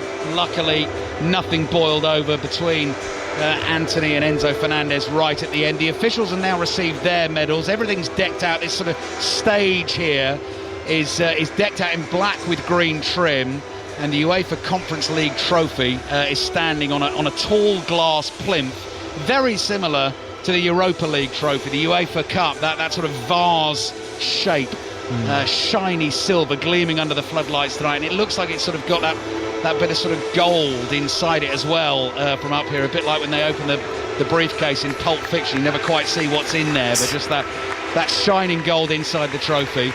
And the Betis players, Steve, about to make their way through this tunnel of Chelsea players applauding their beaten opponents. And Mark Schwarzer, you've done this walk twice, and actually I'm sure you can really feel how they must be feeling, the Betis players, because both of the teams you made that walk with sort of knew they weren't going to be in European finals all that often. Yeah, that's right. It's still tough, though. It doesn't matter. It doesn't matter. When you're in a final, absolutely. Of course you want to win it, and it hurts like anything to lose the final. Yeah, it brings back a lot of memories from that, but you've got to look at the bigger picture, and I think Betis down the line will look back at this moment of an incredible run and a incredible journey, and possibly not expected for them to reach a final like this. It was the same when I was with Middlesbrough and Fulham. Nobody expected us to get to a UEFA Cup and then a Europa League final, and we did. So in hindsight, it's a great achievement, but most of the time people don't remember who lost, they only remember the winners. Yeah, they give it a right good go, Pat, didn't they? They did, particularly in the first half, but that energy level that they showed at the start, really pressing high up the pitch, etc. And I'm thinking, can you keep that up? I'm not sure you can. And absolutely they couldn't. And for all we love Isco and what he did, he's not that type of player. And if you're going to do that sort of pressing against a team that's young and fit, you can't do it with 9, you can't do it with 10, you need to do it with them all. Every single player has to be up for it. So they give it their best shot. And held on for a good long period of time. But I'll be honest with you, before they lost their first goal, I thought they'd lost it. I thought Chelsea had completely taken control, and just as Mark was saying there, the changes had made a difference, but also the physicality had made a difference as well, and that maturity we were talking about before the game, it's really beginning to show through now. Really, really tough for the Real Betis players walking down the line. Lots of emotion. Probably 5 or 6 players at least, maybe more, have been in tears since the full-time whistle, and they're all just walking past that trophy, and most of them are trying not to look at it. But now it's Chelsea's moment, Ali. Winners' medals, here they come. First to get it is Enzo Maresca. The UEFA president, Alexander Severin, the last in line, hangs the medal around the Chelsea manager's neck. He turns, spots someone in the stands that he knows, gives them a double wave with both hands, and the Chelsea players now tired after the exertions tonight, but a spring in the step, another trophy in the cabinet, and they bounce their way along that platform to collect the medals and then line themselves up on a green bit of carpet to the left of this main stage, where Reece James will eventually collect that trophy, bring it across, the fireworks will go, the confetti will fly, and Chelsea will celebrate their win tonight. Manuel Pellegrini was up first for Real Betis. I saw Isco next after him have a last longing look at the trophy that could have been. Cole Palmer just goes strolling past that Conference League trophy on his left. He doesn't seem too fussed about that. Having a chat with his teammates, Noddy Madueke does the same. Mark Cucurella follows, and we're getting to the point where Reece James will get the medal. Enzo Fernandez, team captain tonight, high five for him. Medal is hung round his neck. Trophy stands tall above him in this stadium in Poland. And then a word with Reece James, who says thank you and gets to do what he will always have wanted to do for Chelsea, get his hands on a trophy as the captain, holds it in both hands, brings it in front of his teammates, raises it to the sky as the golden confetti blows out of the cannons behind the Chelsea players, and the season for Chelsea ends in glory. UEFA Conference League winners, the 4th winners of this trophy after Roma, West Ham 2 seasons ago, Olympiacos last season, and now Chelsea. They will play in the Champions League next season, which is where they feel they belong. They were under pressure against Real Betis tonight, but 4 goals in the second half. They cruised the competition and they cruised the final in the end. And eventually, like shimmering glitter in the air still falling, we can finally see the Chelsea players behind it, and Mark Schwarzer, each player now getting their turn to take the trophy and raise it high to the cheers of their teammates.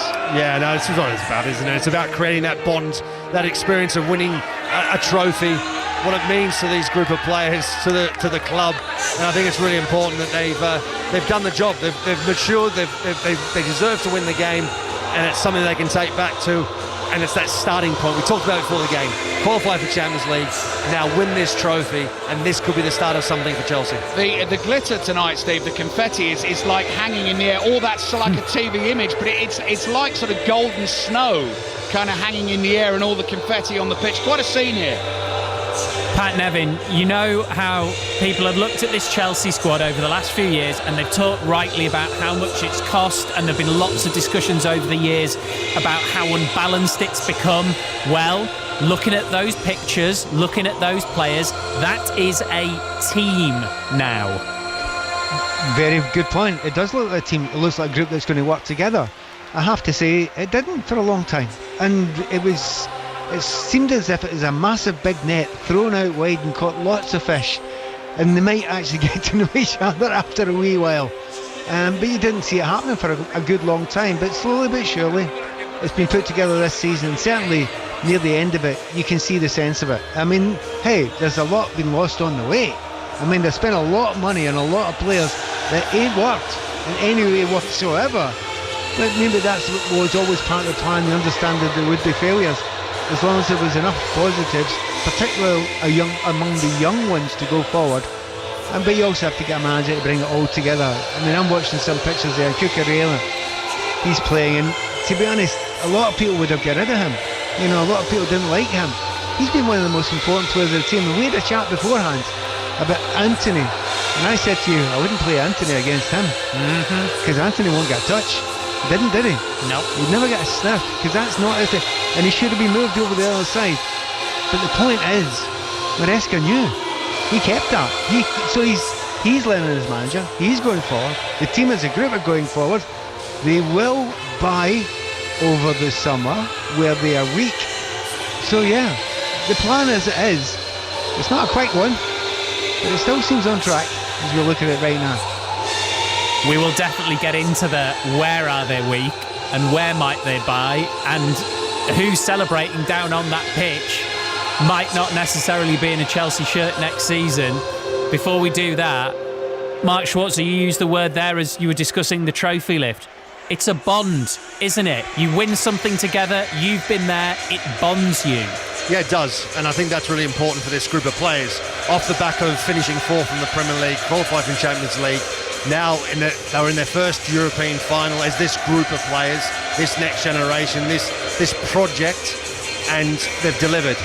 So okay, it's the third-ranked European trophy, but it's a trophy, a final that they were in, they needed to win to take that next step. Now they've got an opportunity to move on from it, and it's great for them. They can celebrate, they can enjoy this moment, but no, there are far bigger challenges ahead, and what Chelsea need to do to get to where they were before. There's still a long way to go, but this is the beginning. I feel like, Ali, they've got like a UEFA playlist for trophies, because they add in the odd one which is club specific. But I was doing the Women's Champions League final at the weekend. These are all the same songs. Where's Suggs? Chelsea have won a trophy. Yeah, well, One Step Beyond has gone down very well with the Chelsea fans here. Enzo Maresca, very insistent as soon as they've sort of done those celebrations with the confetti flying, that they go round sort of every part of this ground where the Chelsea fans are to celebrate with them. And you know, that was interesting as well, Steve, to watch tonight. Like we were saying right at the start of the night, the sort of feeling you were getting from both sets of fans and how important it was to Real Betis and what a big night it was for them. And then gradually they sort of went quieter and quieter as Chelsea took control of the game. And they're celebrating wildly tonight. But I just think that winning a trophy is a big deal whenever you do it, but I just think so important for this young group of players who they expect so much from. I just think it's a major step forward, not step beyond, step forward for the club. Champions League football plus the trophy. Who knows what's going to happen in the Club World Cup? That you know, 5 wins in the last 6 Premier League games when Champions League qualification wasn't assured, and the win in this as well. That is some end to the season. They've really timed that run well. That'll be Suggs then, isn't it? What have we got here? There you go, Steve. I knew it was in the post. Chelsea fans loving it. 1997 FA Cup final song tattooed on my brain, believe me. What about that next step then, Pat? They've got this young group, they've bonded them together, so presumably that means you've got to keep that group together and only make finite changes. And I think you need to make a lot, but the changes are the ones that aren't playing. There's a lot of squad players there, and we know what it's all about now. It's all about money and make sure you use it the right ways. So there's a good number of players that will be moved on that are not absolutely integral to the group, and if they make enough money out of them and add on the Champions League money that's coming in as well, then you can look at another centre forward to help, the man Jackson there, who's been on his own and the only one who's a natural centre forward up there who they trust, because they don't trust Nkunku, absolutely no chance. And then you look at the other areas. I mean, do you feel as if you've got enough strength and depth at centre backs? Do you get rid of one or two of the 4 or 5 you've got and bring in another one who actually is young but also improving as well? I think they will probably do that. I think central midfield are absolutely fine. Maybe the only area is that right back area. I mean, Reece James came on and did a great job today, but he doesn't seem absolutely convinced in that area. And then there's a goalkeeper as well. Now that seems like a lot for a team that's out there celebrating winning a cup. But there's a long way to go. There's a big jump between winning the third tier trophy and getting back to where Chelsea were 4, 5, 6 years ago. So yeah, they've got things to do. The thing is, they look as if they've got the money to do it, and the finances as they are, it would seem, if they use these sales wisely, it could work. And I think Chelsea fans can rightly be pretty excited, because if 4th is what they've got this season after what someone thought was an average season, why not expect more? And they know where they have to be strengthened, and actually some positions I don't think it's that difficult to strengthen for them. So going off a bit, Ali, isn't it? Just lining themselves up for a team photo now, which is going to look fantastic. So many clubs do this now, don't they, Steve? But they've positioned themselves in the penalty area away to our right to get that photo with that wall of blue, all the Chelsea fans celebrating behind them. I mean, Mark made the point in the second half. Nicholas Jackson came off with what we thought was a hamstring problem. He has been flying here, there and everywhere. He's the one who looks like he's going to be the real party animal tonight. But that's just scenes of unbridled joy. That is a long run in the competition. Real squad effort as well, Steve. You think about all the different players that have played for Chelsea in the competition and the miles they've done. Competition they didn't necessarily want to be in, but they've done it. They've gone there and won it, achieved something that no other club has done in terms of adding that trophy, in terms of the European trophies to the list of trophies that they've won, and given these Chelsea fans in Poland a great night tonight. Levi Colwill speaking to TV and Reece James. Let's just read what they've been saying. Colwill, it's great to be the first club to win everything possible. Shows how much it means to the fans. Talked about coming off the bench. I feel like watching from the bench, you can see the spaces on the pitch. You can see how you can help the team. That's what I did. When I came on the pitch, I could see the gaps. Reece James, it's a great feeling. We knew it would be a tough game as it went on. We grew into it. It's devastating when you know you're not playing in a final. I want to play every game. It's the manager's decision, and I had to take the opportunity when it came up. And do you know what, Mark? I think Reece James is well worth talking about here, because there are players within this Chelsea group that you think, well, are they good enough to be part of the Chelsea team at the next step back in the Champions League? There isn't that question mark on Reece James. His issues have been elsewhere, haven't they? They have been, and that's why there's questions. The questions are, is he able to? Is he physically able to compete? Will his body hold up? And he went through that horrendous period of injuries, and the question was going to be, will he come back from it? Will he be able to get back to the Reece James that we'd seen before, and the reason why Chelsea gave him a long-term contract and so highly regarded, why he played for England, and we're slowly seeing it. And I think there's also an element of also still managing him in terms of games played, trying to make sure they don't overload him. I mean, you saw at half-time, I think he made a massive difference when he came on.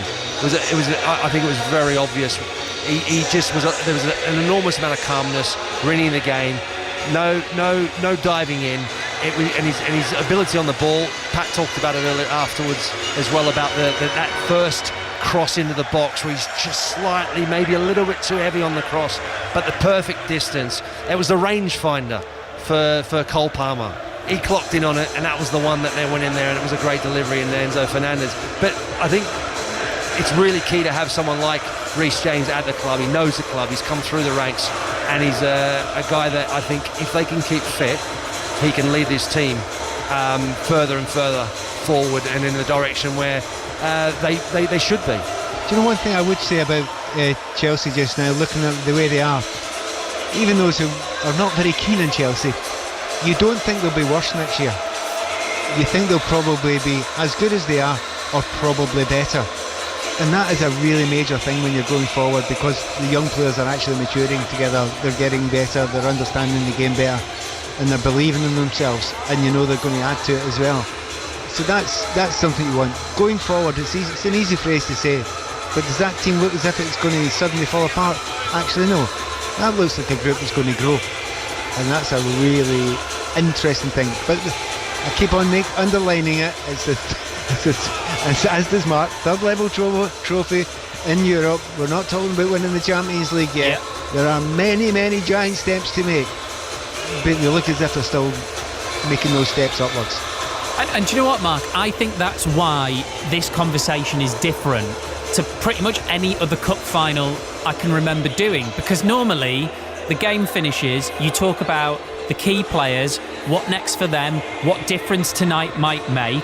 Well, let's look at someone like Jadon Sancho. Scored a great goal in a European final. I doubt that's going to change what Chelsea decide to do with him this summer, is it? Yep, possibly not. Yeah, I mean, he's a bit of an anomaly. He's struggled for game time for one reason or another. He's a player that I think everybody knows has incredible amount of ability. It's just trying to tap into it. I mean, he's proven it when he played for Dortmund that he can do it for a sustained period of time. It didn't work out at United. He's been hit and miss with Chelsea. The question is, do they keep him? I mean, I think they're obliged now to buy him, but they can. There is a get out, but it's still going to cost them a little bit of money. So only time will tell what happens to Jadon Sancho, but I still think there is a really good player in there. He's just got to find his place. There's a whole list of players that you can go through. Yeah, I mean, there are so many players at Chelsea that, I mean, you look at João Felix is coming back. I mean, if you look at him, you think, well, there's no place for him in this team. How is he even going to fit in anywhere? He just doesn't really suit the way they play either. So, yeah, I mean, the list goes on. I mean, this is a discussion I think can go for hours. And we haven't even mentioned Nicholas Jackson yet, Pat, who's obviously paid off that debt that was mentioned. But I think there's a what's next question for him as well. Do you think he's the man to be Chelsea's lead striker in a Champions League campaign? He will be at Chelsea next season. Yeah. He is getting better. I think he's had an effective season this season because of the injuries. Yeah, he's still young, he's still growing up. People often, down at Chelsea, they often talk about, does anyone really remember that first period of Didier Drogba? Wasn't it that great? It really wasn't. And then he grew and got better and better. So if they believe in his abilities, and all the raw data is there for Jackson, the running, the moves, the pace, it's all there. It all works for him. Whether you can trust in him being the one that will do it on his own as a single centre forward to get you all the latter stages of the Champions League, no, he's not at that standard yet. He may become that standard over the next few years, but he's not at that standard yet. That's why I say they do need another striker, and I think there are many looking. That's why they talk about the likes of Delap, etc. They do need somebody else to spell it with him, because as we've seen tonight, that chance he had at the end when he sprinted away and then the gasket was completely blown before he quite got to the 18-yard line. So no, there's more needed than Jackson, but he's a big part of it. Let's finish with proper big picture Enzo Maresca, Ali. He looks like he's had a whale of a time down there. I didn't know he could smile. Well, I mean, Steve, look, you mentioned this in the build-up. In terms, just talking about what we're talking about there, in terms of what's going to go on this summer and all the players coming back and everyone in this squad, you have to say real credit to him for steering this ship this season and picking the players for certain competitions and keeping them motivated and keeping everything on track. And, you know, at Christmas time we were talking about them potentially pushing for the Premier League title. That fell away pretty quickly. But as I say, finishing the season strongly to get the Champions League football and winning the trophy. Managing Chelsea and all these players and all these young players as well, youngest average age in the Premier League, is not an easy job. And he's had a fair bit of stick off Chelsea fans as well, even towards the end of the season. We were talking, weren't we, about the performance at Fulham, a game they eventually won, when he was taking a load of stick. So he can feel well satisfied, I think, Steve, with the job he has done at Chelsea this season. Yeah, Mark, if you're going to have a style of football that people don't love, you've got to win. And Enzo Maresca's won. Yeah, they do, and I think maybe it's a case of also him learning along the way to maybe be a little bit flexible, maybe a little bit of an adaptation, maybe be a little bit pragmatic sometimes rather than overplay. Look, I think they're not. There were times in the game they overplayed a little bit, but overall I thought they got the balance pretty well, certainly in the second half. And I think, you know, ultimately you're right. Winning games, getting results, winning games, achieving things, winning trophies is what keeps people on side. And I think for the manager, it's so important that he keeps doing that. And I agree with what Ali's saying. I think he managed this squad, this club, really, really well this season. For him, the reason I think he's got a massive smile on his face is that Champions League, tick. Winning the trophy that he said was the most important and the biggest tournament for them this season, the Conference League, done, tick. So he's done it. He's delivered the trophy. He's won. He's got in the Champions League, and everything has sort of fallen into place for him. His plan. Could some things have gone better? Of course. But then overall, the grand plan that I think he had has worked. Final thoughts, Pat? Chelsea look stronger. Chelsea are getting better. Chelsea are becoming more mature, and they will strengthen. But it'll all come down to two words for next season, I think. Cole Palmer. Get him back to where he was the season before. Chelsea will have a cracker. All right, Pat, thank you very much. Ali, Mark, great stuff inside the stadium. And that's it now for Chelsea's season. The players can go and have a good long rest. And then in 19 days, the Club World Cup starts.